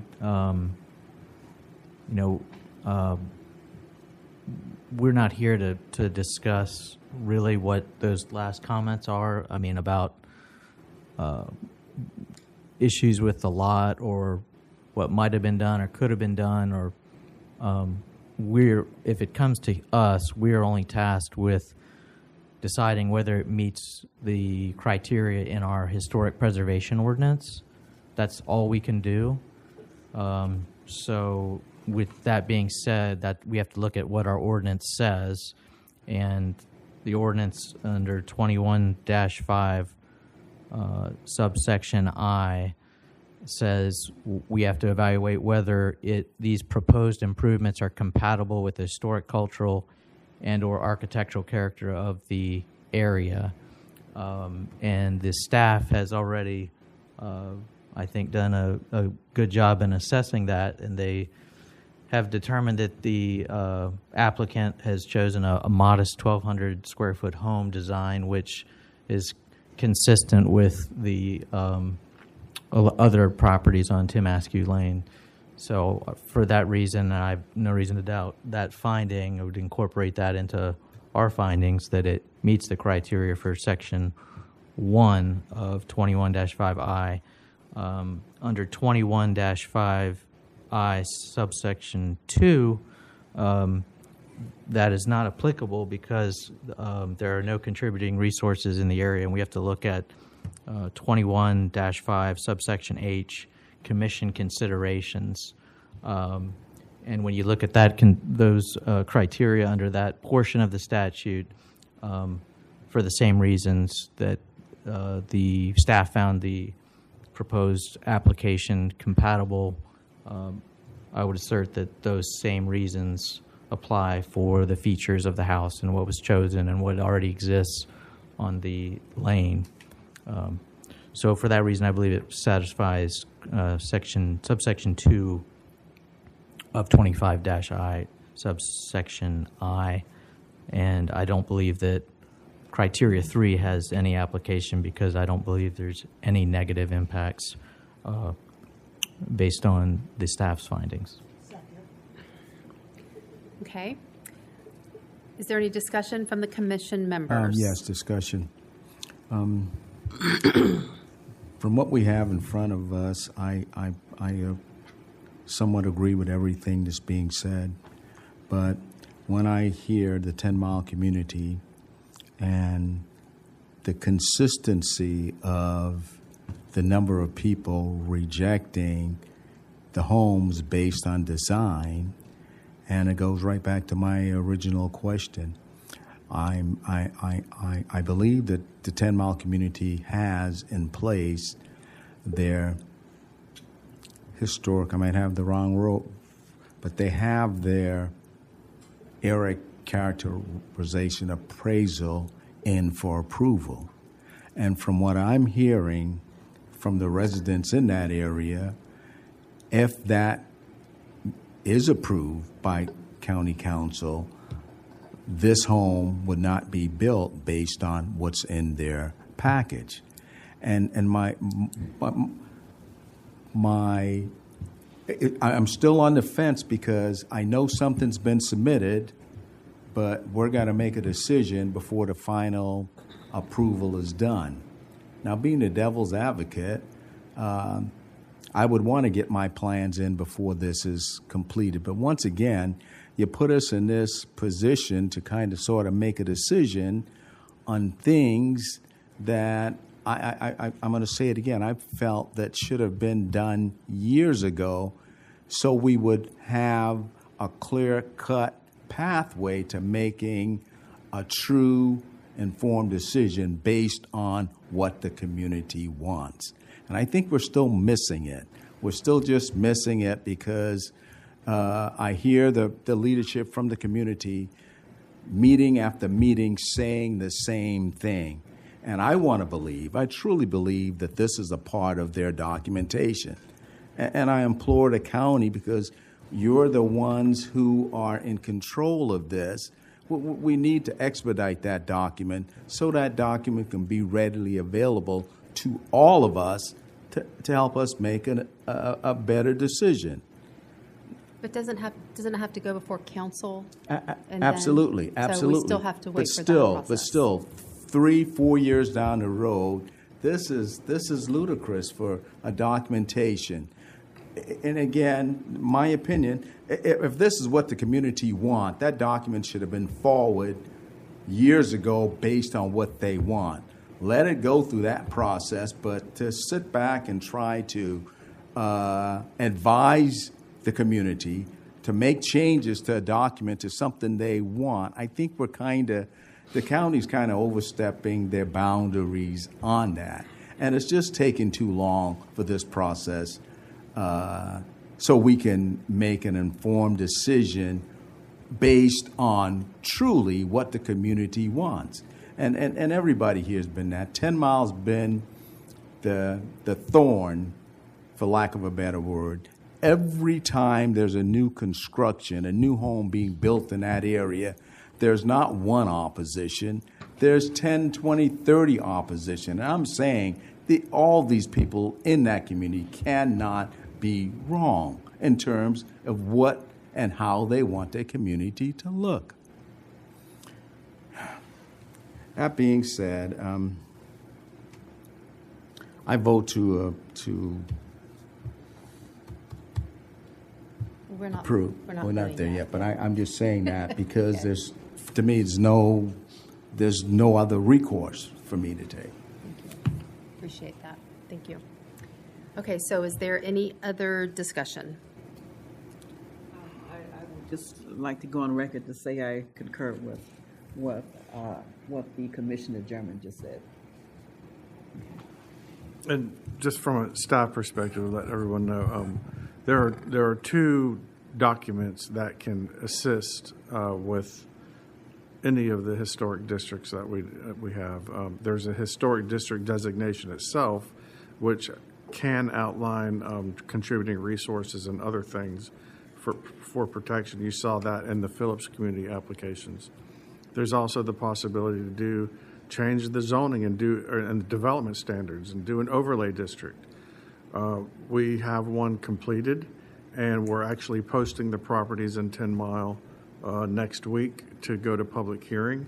It does not have the detail of architecture that an area character analysis would have, which I think was what Mr. German is discussing.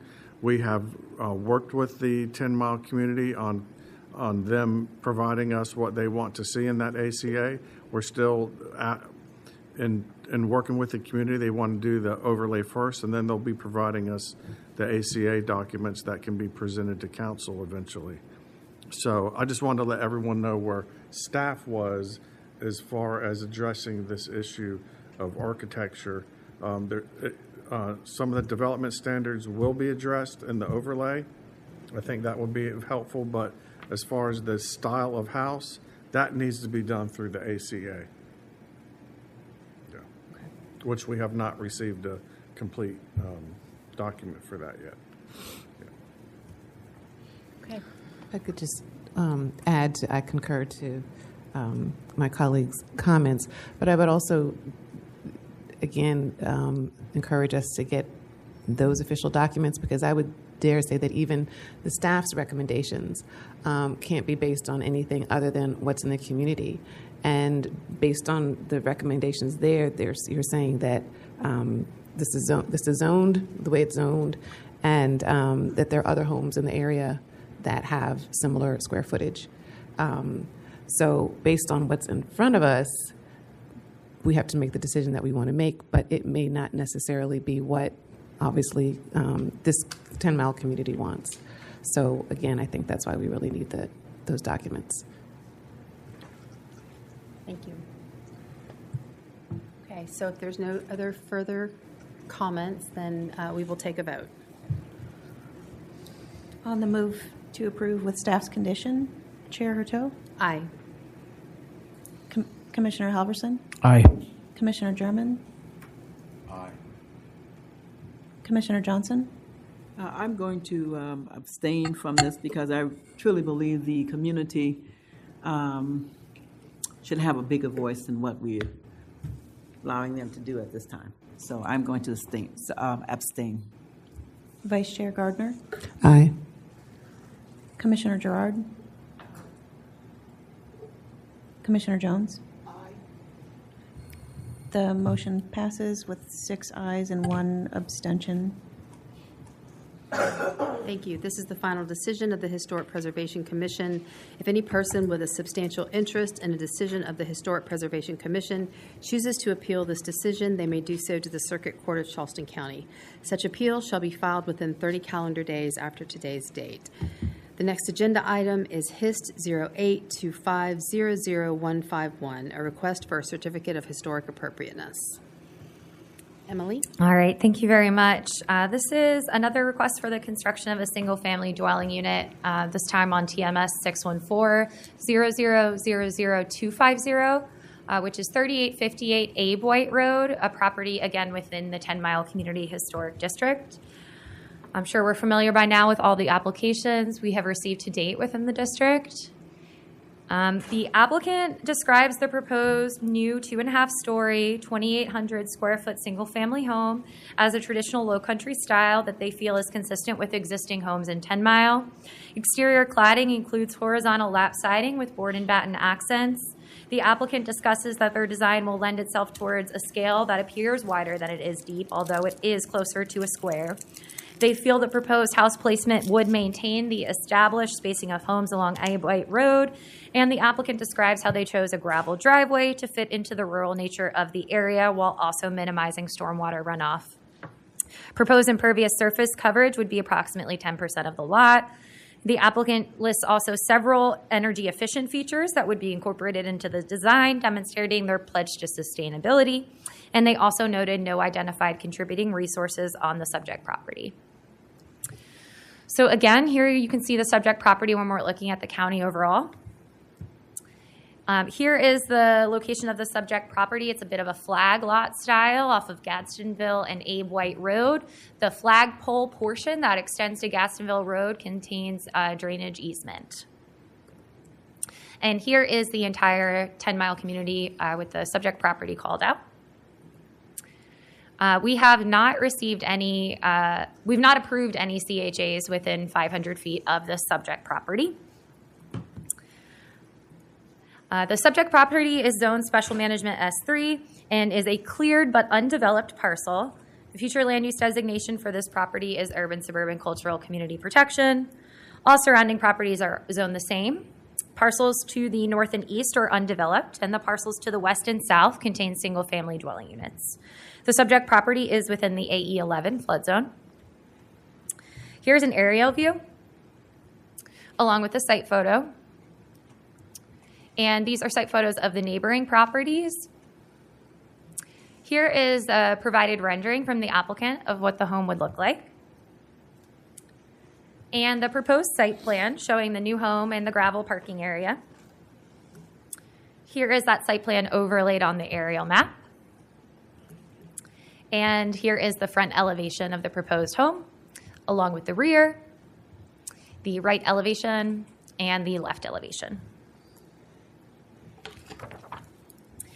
So as stated previously, the designation by County Council of the 10 Mile Community Historic District did not specifically mention architectural character. However, the proposed site improvements are compatible with the outlined historic and cultural elements of significance within the 10 Mile Community Historic District. And of course, the proposed home meets the S3 zoning district requirements of the ZLDR.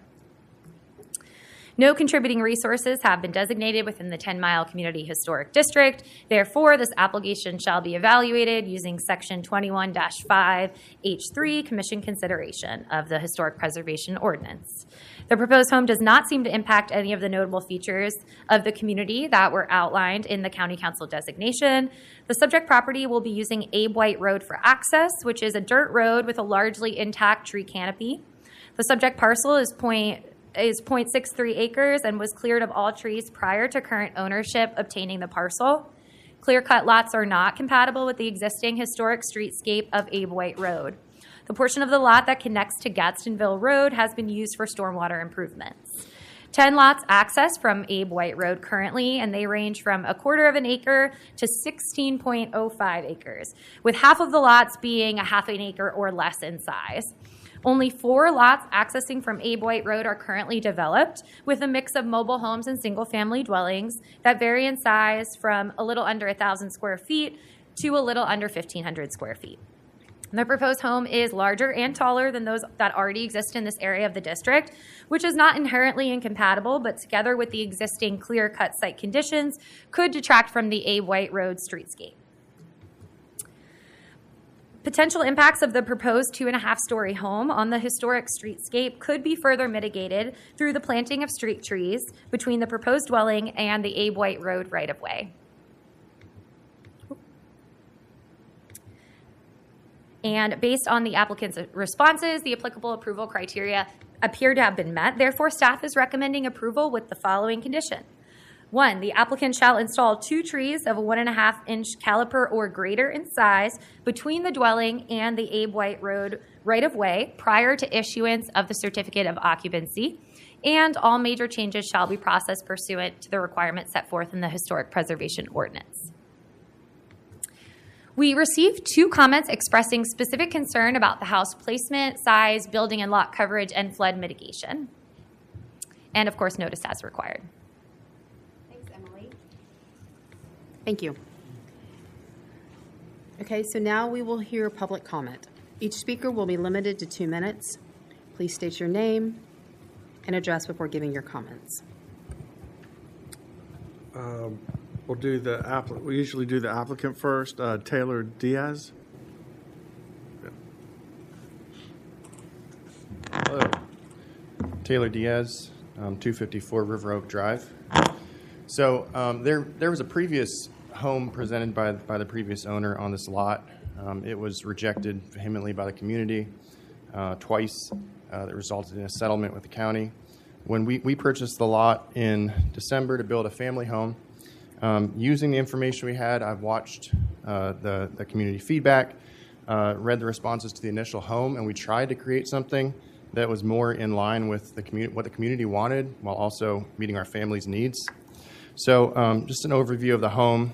We've broken up the facade to minimize mass. The previous home was a big box with columns in the front that was very imposing. We hide some of the square footage in the back with a single-story addition.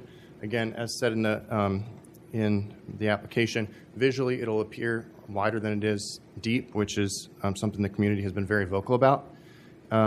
It is built in a crawl space, literally the minimum finished floor height that we can do with the AE11 flood elevation. We meet the 1 1/4 depth rule in the new zoning overlay. The height of the house will be 30 feet tall, which is 5 foot less than the height restriction on the new overlay. 15-foot side setback, and then we're actually 45-foot setback from the road, which we've done to minimize the visual impact of the house. We want to blend in. We don't want to stand out. We set it closer to the woods so that it also has less visual impact. We will be planting at least 2 trees on the road frontage. We want to reforest that area and not stick out in an empty field. We'll also reforest the end of the flagpole so that where the drainage project is, so that is no longer an empty space. So I wanted to address a few concerns real quick. This is our personal home. We are not Nest Homes. The GIS has not updated a revised their revised deed that was submitted February 6th. After purchasing the property, we did do the drainage project that was required by Charleston County Stormwater on all 3 lots. That collects the rainwater from the entire property, from all 3 properties, directs it into a dry pond, which means that there will never be overflow from that property or the adjoining properties, bar a catastrophic 100-year flood, essentially. It's designed to retain all the water. We are using permeable surfaces as the driveway, as well as planting trees. If I may, Yes, just wanted to please continue. address why the house is off center. That's fine. Okay, so the reason why we place there's 4 reasons why we place the house off center. The first is that there is a drainage swale going straight through the middle of the property, and so we don't want to disrupt the infrastructure we put in place to direct all that site's water to into that dry pond. We also want to give distance to the small home to the right, because those are very small lots. I've already spoken to the owner of the lot next to us. He's going to position his house to the left of that lot. He applied for a zoning variance. That's in its own thing, but we wanted to give distance between the homes. So there's that.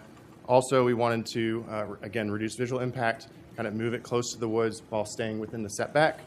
And then finally, we might, at some point in the future, choose to build a garage, and if we do so, if we put it in the middle, we'll have no options because there's about 40 feet of easements in the back, and that's just what we're left with. So. Thank you. Thank you very much. Okay, do we have any other? I had a question. Donna has a question. For the applicant. Thank you so much for your presentation. And just for clarification, because I see 2 different numbers on here and I may just be reading it wrong. So the home will be 2,800 square feet or 2,038? So it'll be 2,800 square feet. Total impervious area for the home is 2,000, and part of that, the back portion is only a single story. Maybe it's a question for staff.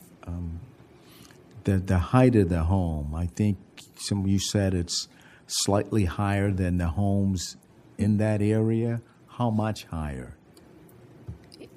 Yeah, so the existing homes along Abe White Road include several older bungalows that are built slab on grade that are 1 story.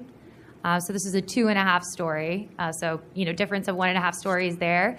And then at the end of Abe White Road, there are several manufactured housing units that have been elevated to meet the AE11 flood zone.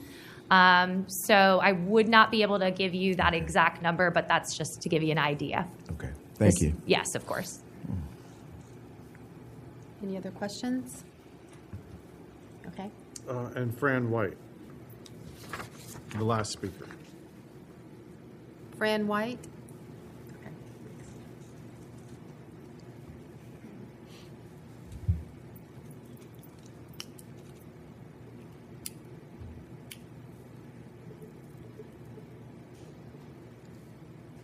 Fran White, 2015 Hammond Drive.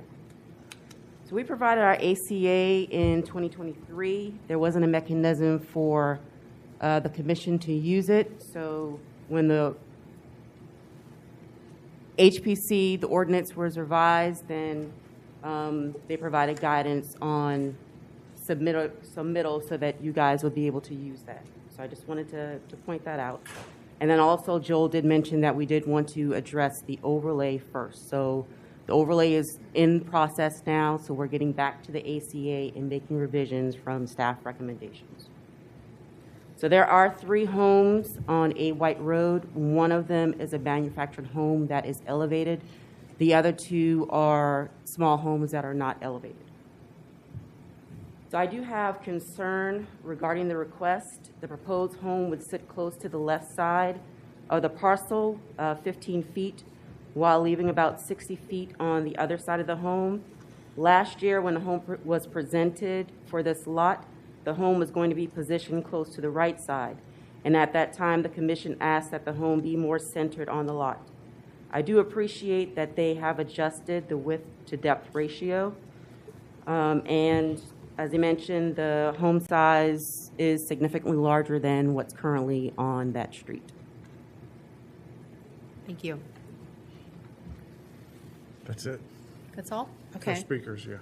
Okay, the case is now closed to public comment. Before discussion, is there a motion and a second from the commission? When making a motion, please cite how each of the specific approval criteria have or have not been met.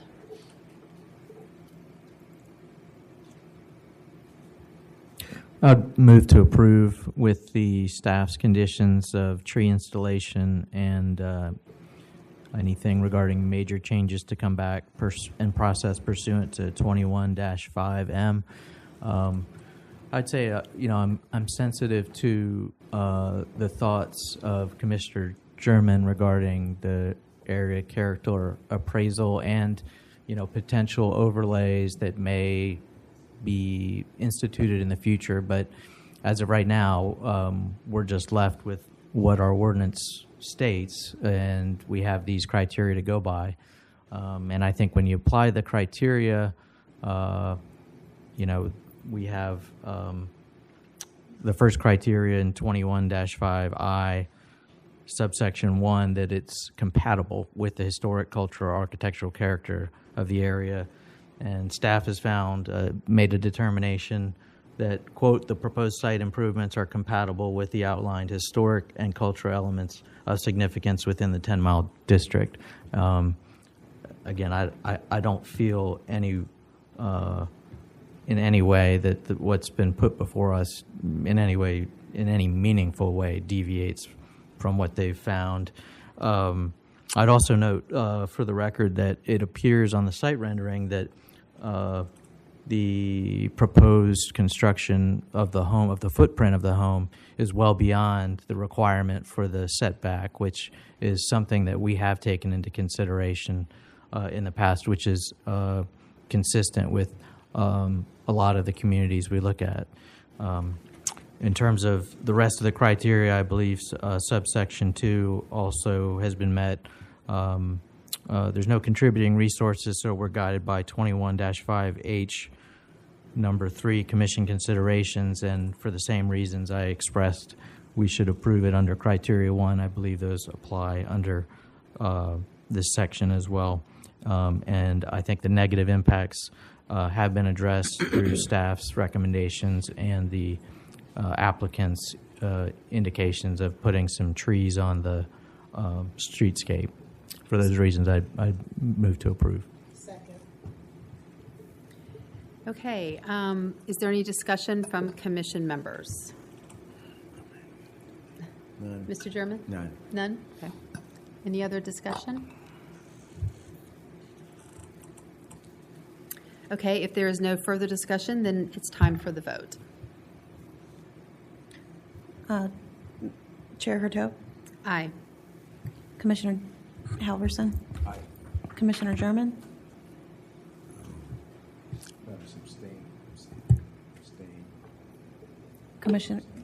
Commissioner Johnson? I'm going to abstain again because I feel like the community is stating they're concerned about the home being much larger than what is already in the area on the street, and I think that's an important point for me. So I'm just going to abstain, just not to be against what our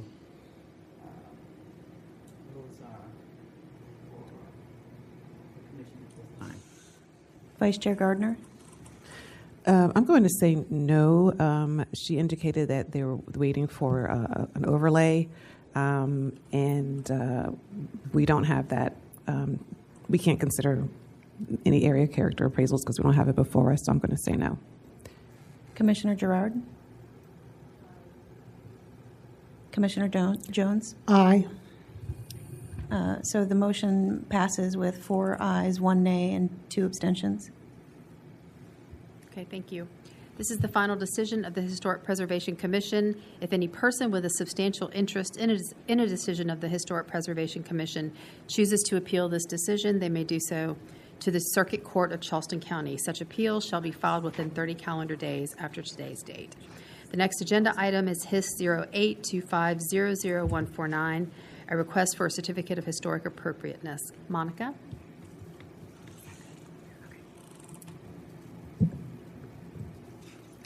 This is a certificate of historic appropriateness request for the, for the facade revisions to a single-family dwelling unit with attached garage at TMS 614-00-00-189, 3910 Nelson View Drive, a property within the 10 Mile Community Historic District. Since the designation of the 10 Mile Community as the Charleston County Historic District, 36 applications for certificates of historic appropriateness have been received to date. The 10 Mile Community was recognized in the 2016 Charleston County Cultural Resources Survey update as a remnant freedmen community having significant social, organization, and settlement patterns. Recent applications include the designation of the 10 Mile Community as a historic district in June of 2022 and the approved CHA for construction of a single-family dwelling unit with attached garage and swimming pool on the site in February of this year. Here's the location of the subject property when looking at the county as a whole. This map shows the subject property's location within the 10 Mile Community Historic District. And this map shows the subject property's location off Nelson View Drive in the 10 Mile Community Historic District. This map shows the location of approved certificates of historic appropriateness within 500 feet of the subject parcel outlined in blue. The only approved certificate of historic appropriateness within 500 feet of the subject property is the subject property itself, 3910 Nelson View Drive, HIST 01-25-00127, approved on February 19, 2025, a 2,823 square foot single-family detached dwelling unit with attached garage and swimming pool. This is the approved site plan for 3910 Nelson View Drive, showing the single-family detached dwelling unit on the lot. The applicant is proposing to construct a 2,823 square foot, 2-story, single-family detached dwelling unit with attached garage on the vacant property at 3910 Nelson View Drive. The modifications to the previously approved certificate of historic appropriateness include the following: conversion of the slab foundation from 6 inches to 24 inches, substitution of the shingle roof of the combination of shingle and metal roof to shingle roof only. Use of board and batten siding instead of lap siding, and the addition of an outdoor fireplace onto the back porch. The subject property is zoned Special Management S3 and is undeveloped. The future land use designation is Urban Suburban Cultural Community Protection. All surrounding properties are also zoned S3 and contain either single-family dwelling units or are undeveloped. The subject parcel is in the X flood zone. Here is an aerial view of the subject property. These are photos of the subject property on Nelson View Drive. These are photos of the neighboring properties at 3904 and 3909 Nelson View Drive, and photos of surrounding properties at 3915 and 3921 Nelson View Drive. This is the proposed site plan showing the proposed single-family detached dwelling unit on the lot, and the aerial map with the proposed site plan overlaid for context. These are the proposed left and front elevations and the previous left and front elevations.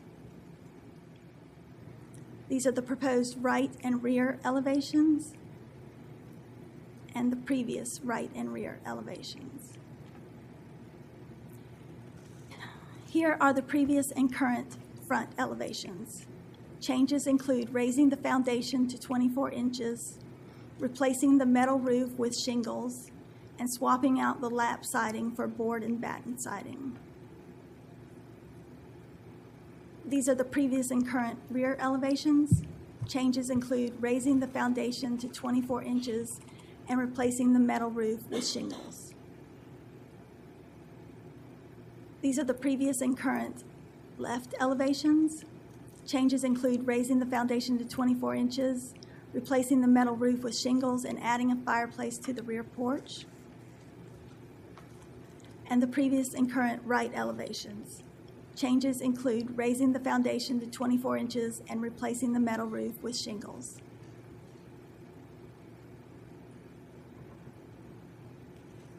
Staff response to the first criteria is that there was no mention of architectural character in the 10-mile community historic district designation made by County Council, and the application meets all zoning district requirements. The proposed two-story single-family residence is reminiscent of craftsman styles found throughout the 10-mile community historic district, with its covered front porch, square posts, gable roof, and board and batten siding.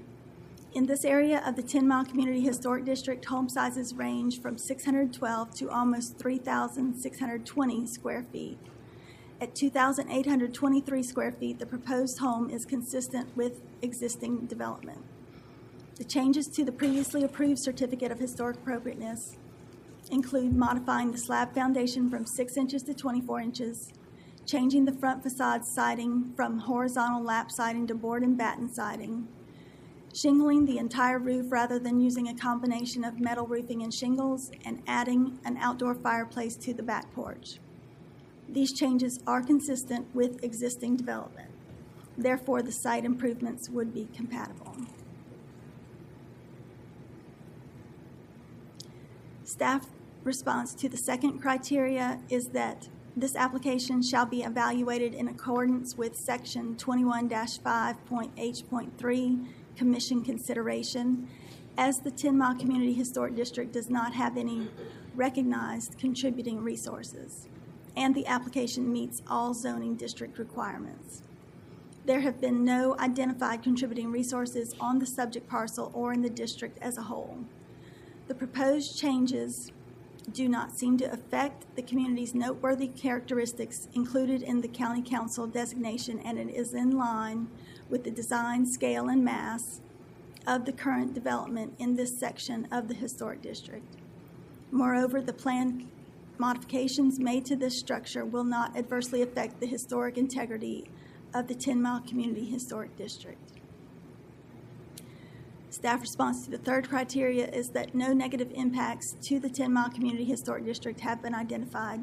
Therefore, this criterion has been met.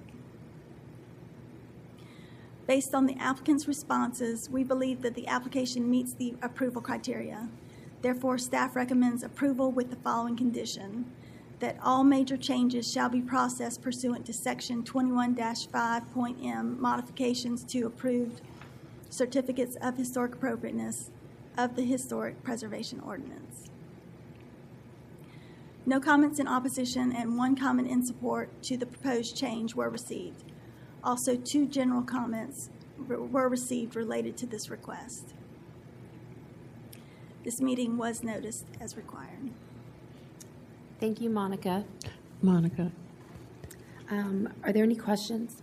Chair, I have one question. Oh, sure, yes. Monica, I was just looking through the slides here. Were there some other CHAs that were approved for related to this? I just saw there was a page here that said something like CHAs approved. No, the only CHA within 500 feet that's been approved was this that came before you in Okay. February. Okay. Thank you. That's what I wanted clarification. Madam Chair, I do have a question. Was there mention of a pool at the beginning?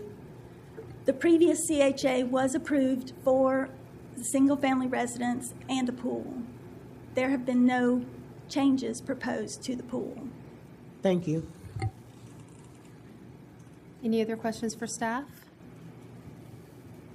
Okay. Yeah, I Oh. do. I have to put my comments into. I understand, but then again, the reason we're here is to preserve the historical preservation of settlement community. I don't even like that word, African American Gullah Geechee community. And what's difficult for me is I hear that we're making decisions based on other homes approved in this area. If you go back to the first home that was approved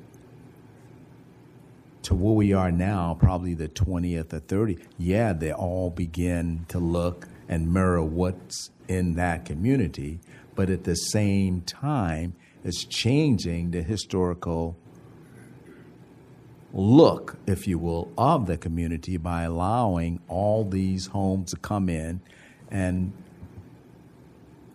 some of them are larger than others, some of them look the same. But I get my point to make to staff is this.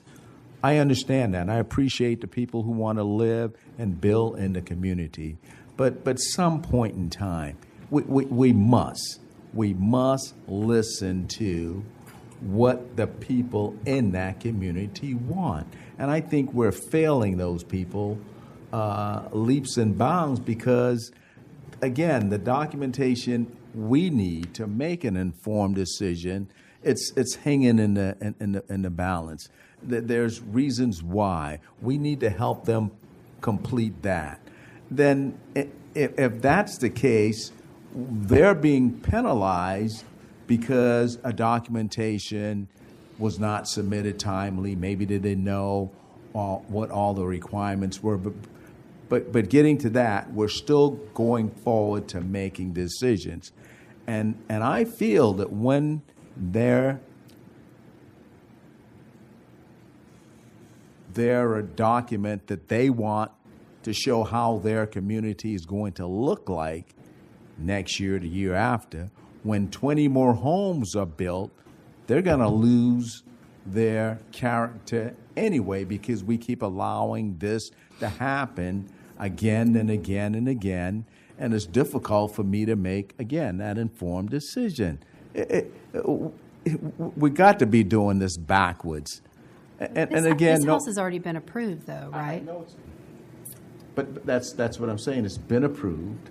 This is the second time. I think they made some modification. But if you look at the history of everything that's been approved, even before my time, we allow this to happen, this to happen, this to happen because one document or two documents not in place.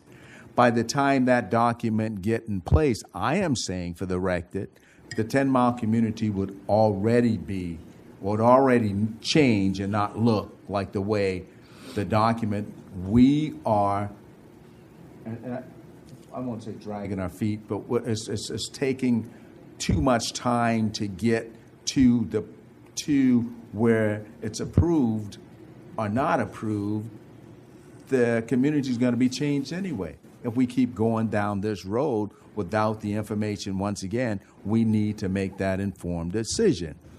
And in close, before I leave, I know this, and I understand when the county makes their decision, the zoning, they're making their decision pretty much based on the setback of an S3. That's always going to fly. Those homes that are being proposed to build are going to meet the county's standards in terms of setback, height restriction, everything else. That's going to be met. But when I try, and their document should have the same teeth as an HOA. I've never seen an HOA challenge here or where the county just disagree. If that HOA says no wooden structures on the outside and I want to build a home in there, it's denied. So I'm saying that this document that's not here yet needs to be expedited so once again we can make a decision because the community would have told us exactly what they want. And right now it's such a gray area, and no, this is not to be directed to the person who wants to build a house, but the home here, but understand this, that the community that you're going into, and I hope that you're working with the community, in a sense, you want to do the right thing, and you believe, I honestly believe that everybody's building these homes in these communities believe that they're doing the right thing. But I also believe that the people that live there, been living there for all that time, they know what they want, but what they're saying is not being heard. Thank you. Thank you. We're to public comment now. Chris Butcher.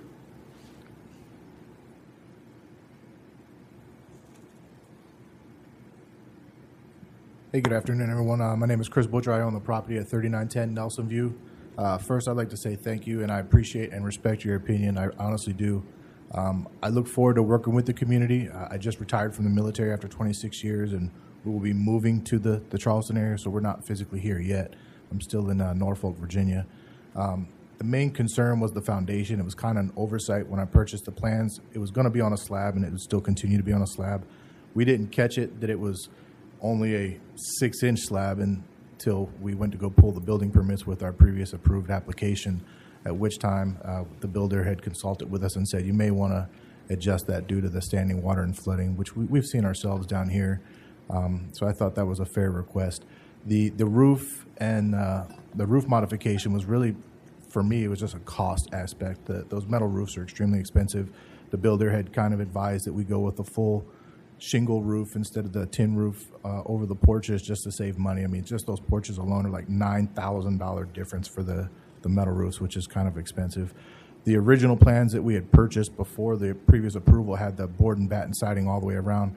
Again, it was just a cost thing for us where we did the lap siding on 3 sides and just preferred to keep the board and batten on the front, which is seen throughout the 10 Mile community with a lot of the new construction. I understand it's not for the older homes, but the new homes there do have a mix of the lap and vertical siding. So that's why we did that. And then the fireplace for the outdoor, it's under the back porch. Nobody could really see it. It's just a wood-burning fireplace just for my family and I. So those are really my only concerns. And I appreciate, and again, I do honestly respect the opinion of the board and the community. And I look forward to being part of the community and working with them for future projects. Thank you. Thank you. Any questions for him? Inga George. She might have signed up for the wrong case. Oh. She was an applicant for a previous. Okay. Well, I guess she's not here. Okay. A long way of saying she's not here. Okay. Thank you. She probably wonders why we didn't call her name. Yeah. Okay. Okay, so no other? No. Okay, Yep. so the case is now closed to public comment. Before discussion, is there a motion and a second from the commission? When making a motion, please cite how each of the specific approval criteria have or have not been met.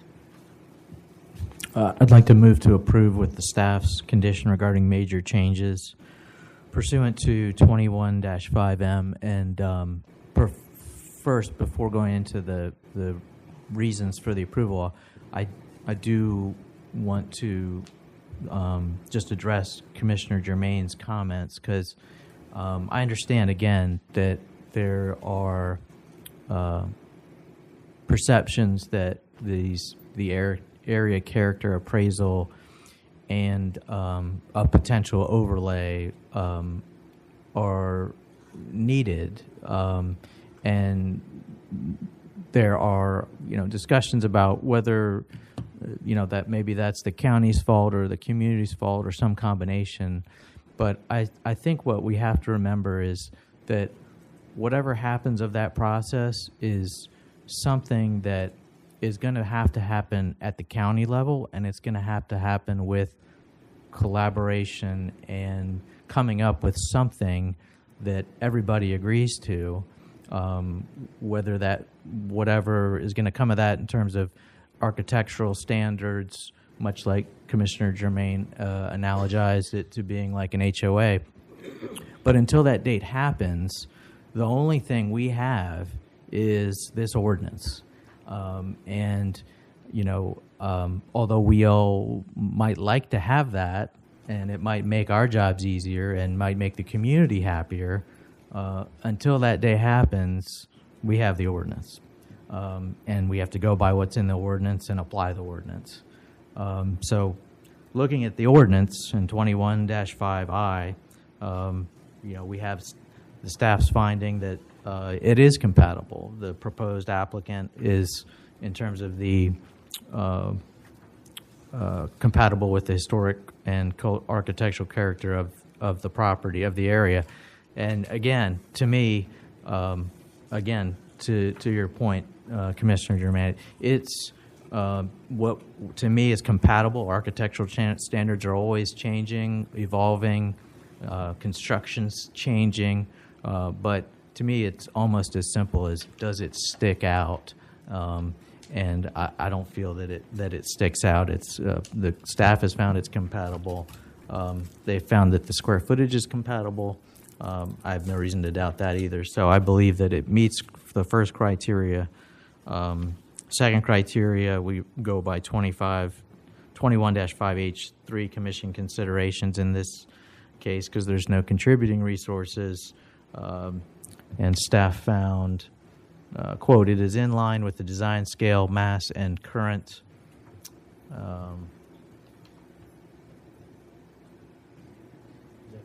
development in this section of the historic district. So again, I would adopt that and find that that is a reason for meeting the second criteria, and because of that, I don't feel there are any negative impacts for the application. Thank you. Can you get a second? I second.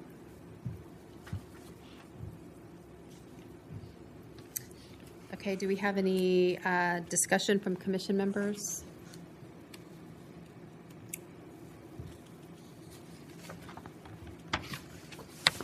Any other discussion? Okay. Okay. So if there's no further discussion, it's time for the vote. Chair Hurtaud? Aye. Commissioner Halverson? Aye. Commissioner German? Aye. Commissioner Johnson? Vice Chair Gardner?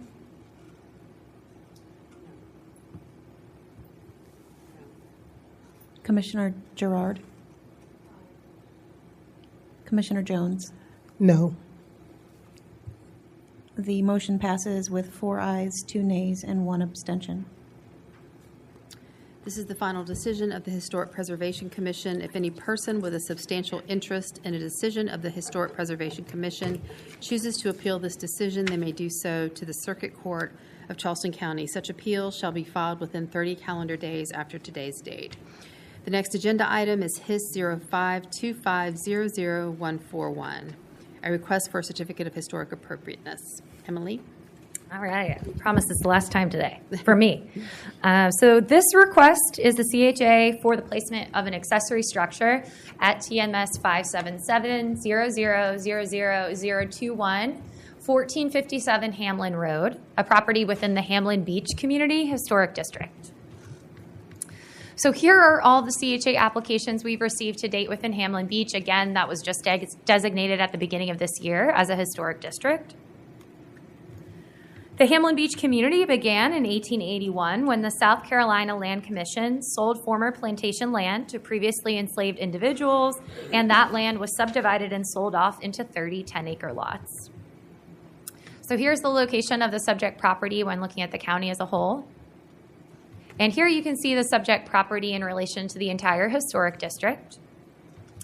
And then further zoomed in, the subject property's location along Hamlin Road. The property to the southwest is farmland that is not included within the historic district boundaries. We have not approved any CHA applications within 500 feet of the subject property. And the applicant describes they would like to place a 1,200 square foot accessory structure on their property. The accessory structure is described as a metal shed with an A-frame roof. The property already contains an existing manufactured housing unit. The impervious surface coverage proposed is 9% of the lot. And additionally, the applicant notes that there are no contributing resources on the subject property. The property is zoned S3 and contains a manufactured housing unit. Future land use designation is urban, suburban, cultural, community protection. Surrounding properties to the east, north, and west are also zoned S3 and contain single-family dwelling units or are undeveloped land. And the property to the southwest is zoned agricultural preservation, AG10, and contains a farm. The subject parcel is in the shaded X flood zone. Here's an aerial view, as well as photos of the subject property and nearby properties along Hamlin Road. So this map shows the closest identified contributing resources, shown here in orange. Here is the proposed site plan that shows the new shed right here. And then also please note the existing shed on the property is proposed to be relocated to this area behind the home. And that is in an effort to comply with our building requirement distances in the zoning ordinance, as well as that encroachment. So here is that site plan overlaid onto the aerial map. And the top photo shows what the accessory structure will look like. And then the applicant also provided a photo of the proposed custom barn doors they would like to add to the front.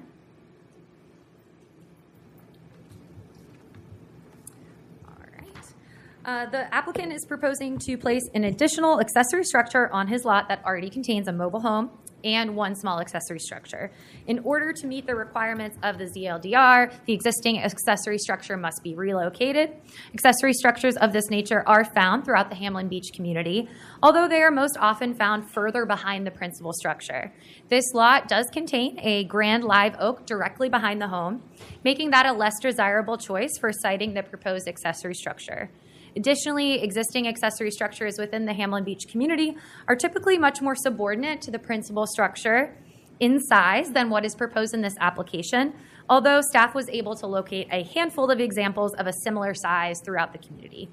The proposed location of the accessory structure would be visible from the Hamlin Road right-of-way only through the driveway area, which is actually the only area of the property's frontage not screened entirely by vegetation.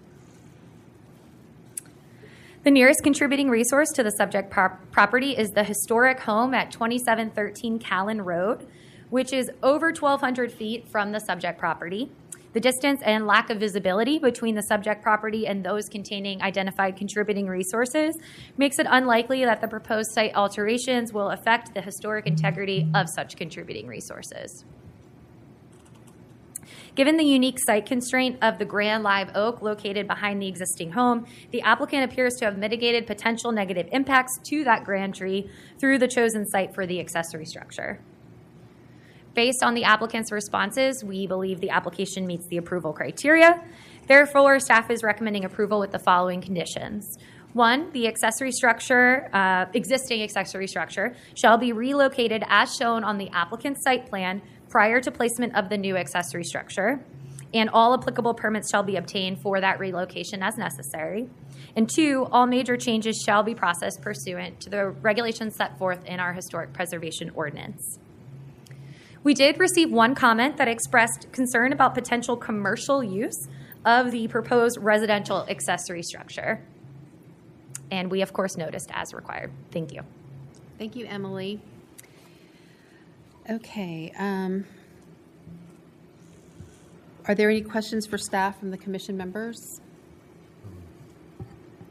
Yeah, just looking, you mentioned that there are existing building similar to this in the Hamlin area? Yes. Where are those buildings? Those were off of Boston Grill Road, the existing accessory structures of a similar size. Yes, sir.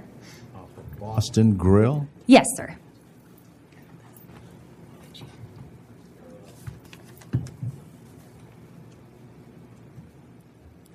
Thank you. Of course.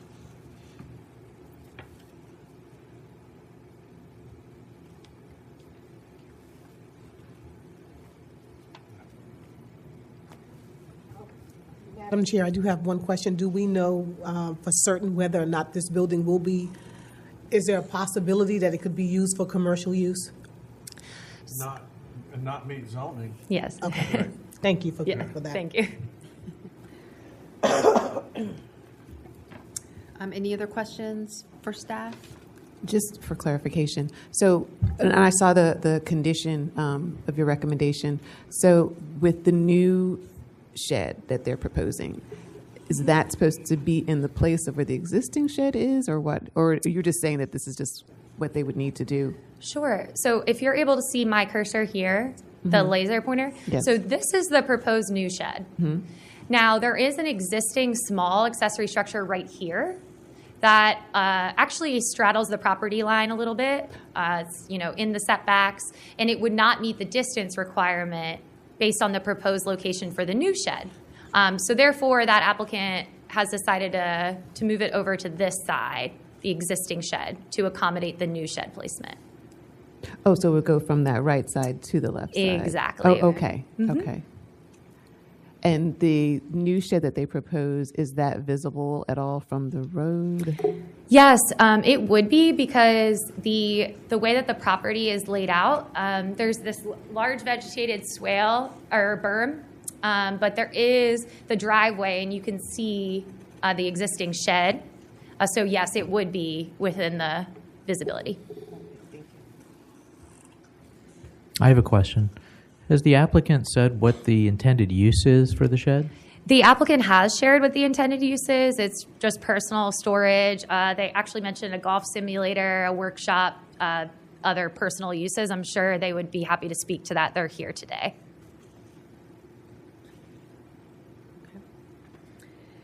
Okay, so now we will have public comment. Each speaker will be limited to 2 minutes. Please state your name and address before giving your comments. The applicant, Thomas Koenig.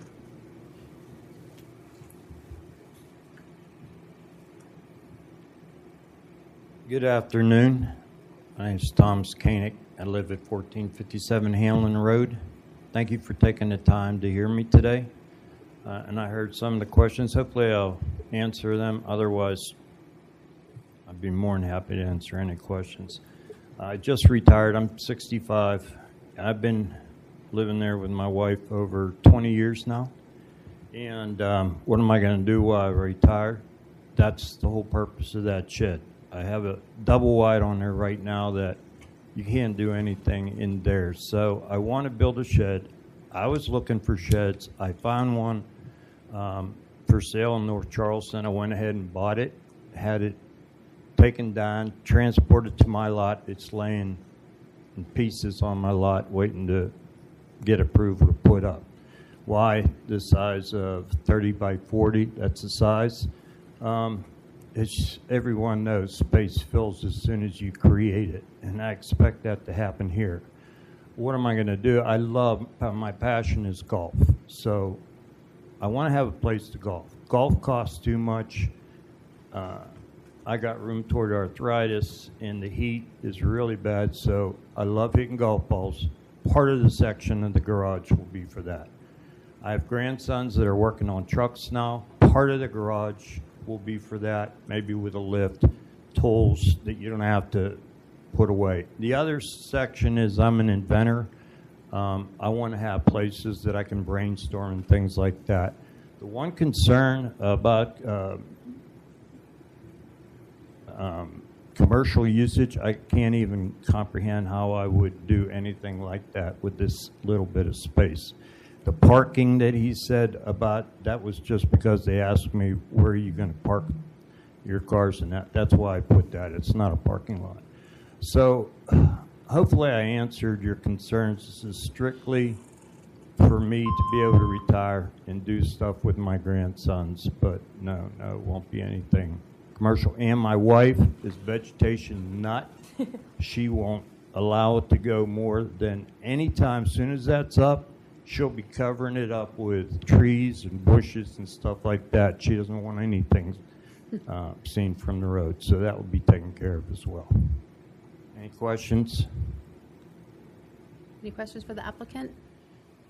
Thank you. Well, no, while you're up there, I do. Thank you for letting us know all your intentions. But you mentioned a couple of things that I need clarification on. You said this is not a business. However, you also said your sons or grandson would be working on trucks in this building. A part of that would be No, their trucks, their personal trucks. Okay. In other words, repairing their own trucks, not making money on repairing, just repairing their own trucks. They're all used. My 15-year-old, that's going to be an ongoing project to keep that thing on the road. And the golf simulator? Yeah, I want to have a simulator. It's going to start with just a mat and a net, so I can hit balls. But a simulator, and you'll see these. You hit a ball into a screen, and it shows up. They sell those for individuals for houses. You can have one in your house, in your garage. I wouldn't be able to fit that in my double wide because you need a certain height. So they recommend like a 18 by 20 foot for if you want to cover all your bases, whatever you would do. But that would only be for, myself, my grandsons, and obviously if I have friends over, but not to do anything publicly with it. Okay. Did I answer your question on that? You sure did. Thank you. Thank you. Any other questions for the applicant? I might be getting to see you guys in the future. The Hamlin community, I'm working with them to figure out how we can get a dock out to the sound down there. So I got elected to lead that project. So I'll be seeing you in the future. Cool. Thank you. There was one more speaker, Myra Richardson.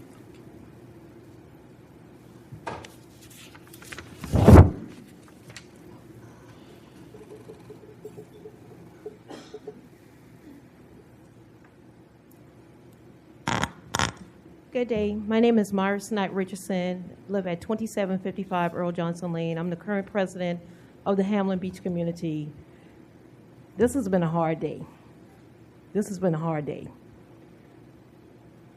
settlement communities, which we don't like that name, we prefer Gullah Geechee communities. We're working hard to protect and preserve these areas.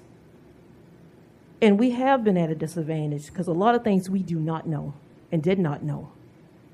The communities are working together to get things in place. I applaud the 10 Mile community and the Full Ups community because they come out, they speak with us, they encourage us, they show us documentation. So we've been working very hard to get things in place to protect our communities. The Hamlin Beach community, and when you say documents have been not in place, and it's taken time, yes, this is an area character appraisal for the Hamlin Beach community. We've been working on it for over a year. We're at the point now of showing it to the community and to get the 51% of the votes, registered voters. But just the other day, after we did our historic district, the goalposts have been moved. Charleston County does not provide the voter registration list for our communities anymore. We went on the website, we called the State Department, we called the local registration office. When you look at that, it does not give you just your community. So Yes, we need help because we all are coming and we're learning and it's challenging. And we're learning from each other, and we do applaud the staff because they work well with us. So it's a lot that's going on in our communities, and we do need help. And we do encourage the other communities to come along and to have a part of this. Snowden, 7 Mile, all of us need help to get to our next level. But the gentleman, we've talked to him about being a part of the community, and he has. He signed a petition to be a historic district. The shed is coming. No, we don't have anything in place yet. We're trying to get those things in place. We do not want commercial to overtake our community or these big buildings to overtake our communities because, yes, it changes. By the time these things get in place, it's going to change the makeup of the community. Please, the goalpost is changing and moving as we're working together to get things accomplished. I encourage what he's doing to want someplace to be, but we do not want that to happen in our community where we have these sheds all over the community. I will be up to speak on the other one, so I'll finish. I know my time is up, but we are working hard. Other communities are working hard. Don't penalize us because we did not know about these things.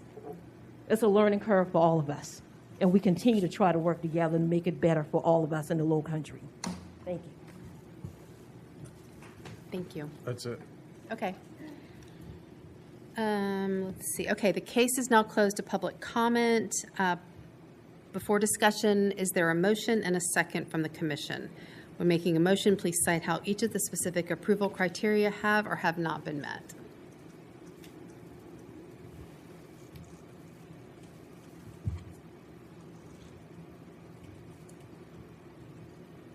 I make a motion that the proposed building be disapproved because I don't believe that the criteria for the area, Hamlin, this building would not fit in with the historical, cultural, or architectural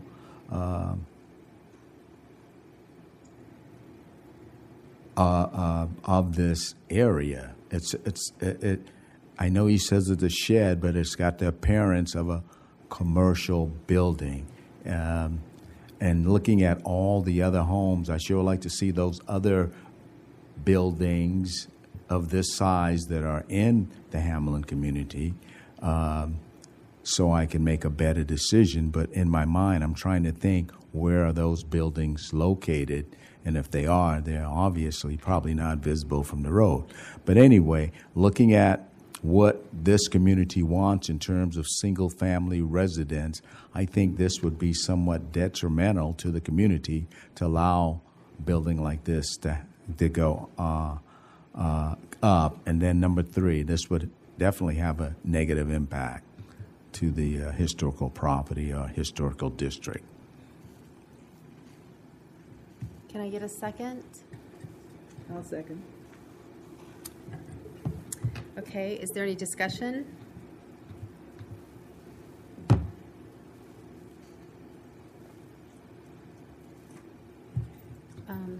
He has a question.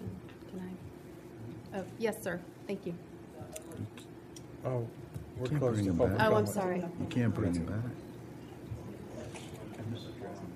Oh, I'm sorry. I'm sorry, sir. We are closed to public discussion. Okay. Okay, so if there is no discussion, it's time for our vote. On the motion to disapprove because it's not compatible and there would be negative impacts. Chair Hurteau? Aye.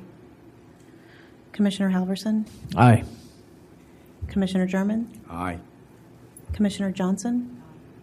Vice Chair Gardner? Aye. Commissioner Gerard? Aye. Commissioner Jones? Aye. The ayes have it. Thank you. This is the final decision of the Historic Preservation Commission. If any person with a substantial interest in the decision of the Historic Preservation Commission chooses to appeal this decision, they may do so to the Circuit Court of Charleston County. Such appeals shall be filed within 30 calendar days after today's date. The next agenda item is HIS 0825000150, a request for a certificate of historic appropriateness. Monica? This certificate of historic appropriateness request is for the construction of a single-family dwelling unit with attached garage at TMS 578-00-00-322, 1334 Hamlin Road, a property within the Hamlin Beach Community Historic District. Since the designation of the Hamlin Beach community as a Charleston County Historic District, 5 applications for certificates of historic appropriateness have been received to date. The Hamlin Beach community was recently adopted by Charleston County as a locally designated historic district on January 14, 2025, covering roughly 293 acres at adoption.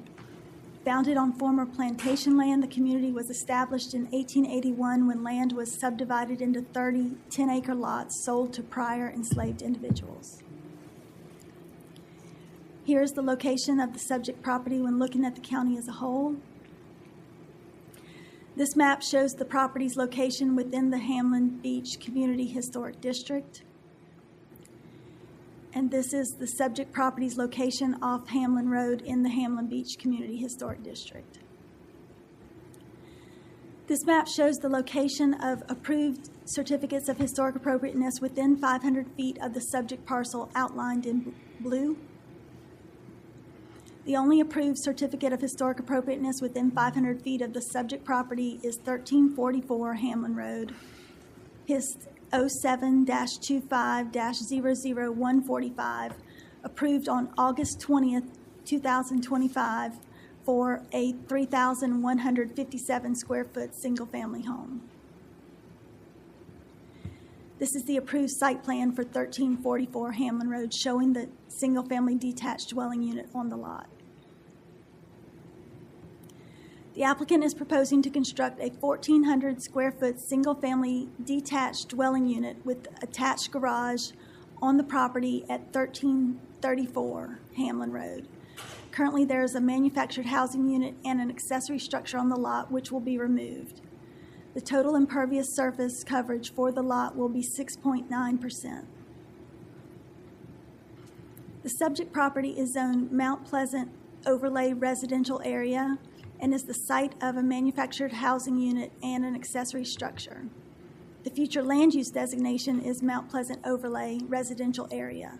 Surrounding properties to the east and south are also zoned Mount Pleasant Overlay Residential Area and contain single-family dwelling units. Properties to the north are zoned Mount Pleasant Overlay Residential Area or are in the town of Mount Pleasant and contain either single-family dwelling units or are undeveloped. Properties to the west are in the town of Mount Pleasant and contain single-family dwelling units. The subject parcel is in the AE11 and shaded X flood zones. This is an aerial view of the subject property. These are photos of the subject property off Hamlin Road. And these are surrounding properties at 1332 and 1336 Hamlin Road. This map shows the nearby contributing resource of the William Hamlin Cemetery. The contributing resource property is outlined in blue.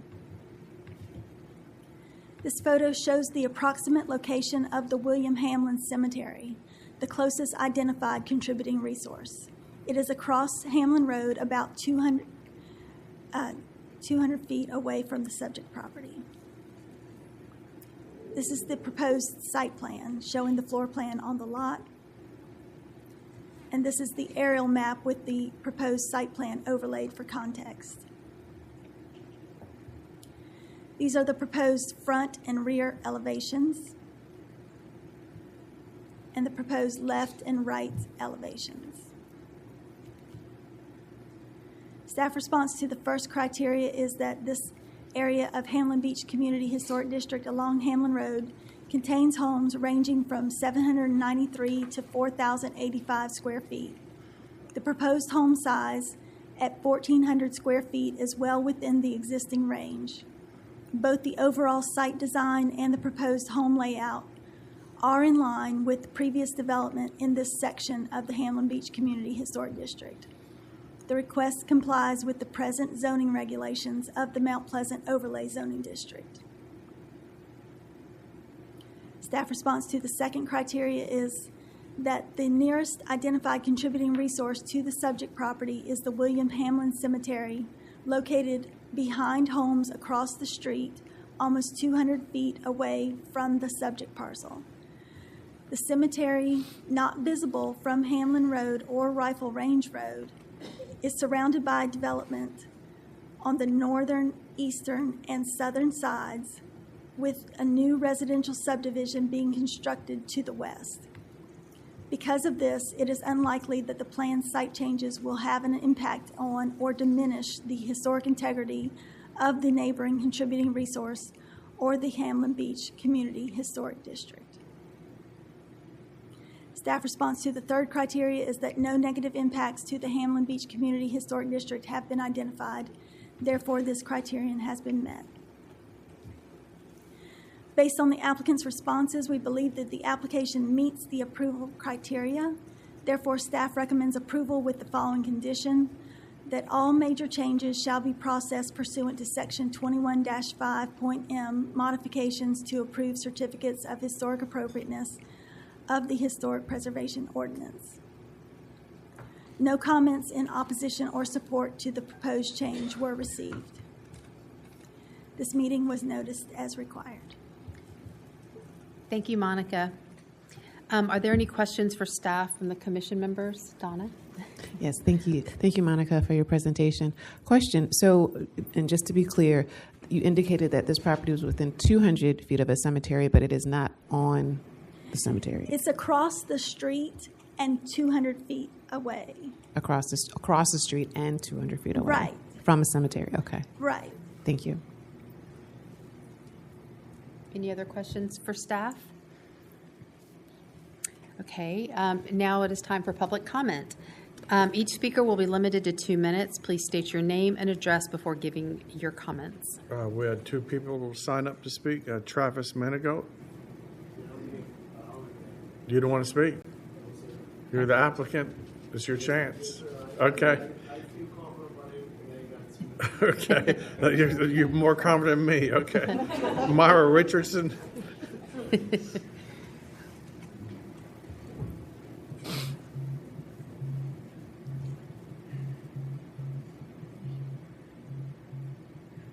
Myris Knight Richardson, 2755 Earl Johnson Lane. This house is on the upper part of Hamlin, across Hamlin Beach Road, across from Rifle Range Road. The house fits that area with all the new homes that are going on, the ones including the ones that have annexed into the town of Mount Pleasant. So we are excited that Mr. Manigault, who's been in this community forever, born and raised in the community, that he's ready to build a single-family home on his family's lot. I would like to say again, I thank the staff, especially Emily, for all the hard work that she has put in encouraging us in all the communities. And again, we are working together to try to move forward for all of us to be protected and preserved. So we are going to be coming back and asking for meetings and asking for advice and to show graphs and things that we need to protect all of our Gullah Geechee communities, not just the one in the Mount Pleasant area, but we're working together with Community Alliance to protect all of the communities. So I thank you again for the opportunity to speak. I thank you again for your hard work, your dedication, and as we move forward, just as we're learning this together, that we work together and we understand one another, and there's no jabs at each person, but we all are learning, and we truly appreciate your work, because we know this is not easy. We know this is not easy, and it's difficult decisions that are being made, and attitudes and anger sometimes comes with it, but we truly are grateful that we have the opportunity to protect and preserve our culture, our heritage, and our land for our children and the generations to come. Thank you again, and please approve Mr. Manigault's application. Thank you.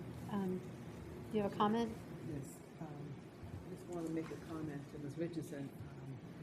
certainly thank you for being here today and for making your comments, because it has been difficult for me to make decisions when I hear that the community's input might have been written down in a petition and whatnot, and then we don't hear anybody to come and really talk to us, and let us be able to ask any questions we may have, or even make general comments to you. So I appreciate what you have just said, that you are working together, the community is working together. That's a big plus for me. And I hope that you all continue to have your conversations back and forth, so that when you come here, then we have some consensus about what the community wants. So appreciate it. Thank you. And I appreciate that. Thank you. And I will end with this, and I'm up speaking. The other young ladies sometimes don't speak. So it's not where it's one person opinion.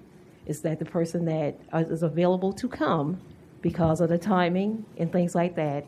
So when we come with a petition with the people behind us, and everybody's not going to agree, but we go with the majority. So thank you again. I appreciate everything you're doing. Continue to do the work to protect and preserve us. Thank you. Thank you.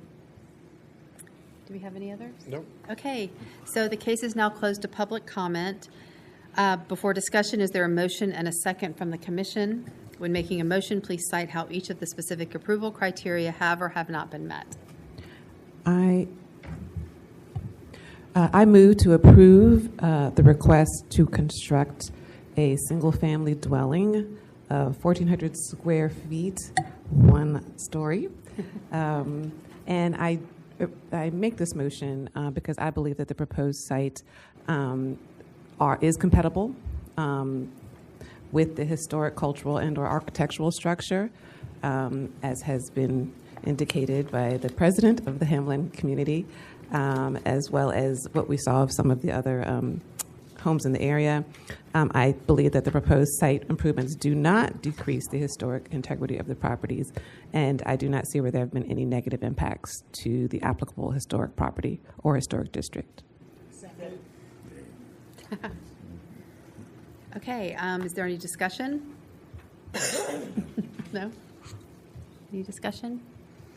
Okay, so if there is no further discussion, it's time for the vote. On the move to approve, Chair Hurtaud? Aye. Commissioner Halverson? Aye. Commissioner German? Aye. Commissioner Johnson? Vice Chair Gardner? Commissioner Gerard? Commissioner Jones? Aye. The ayes have it.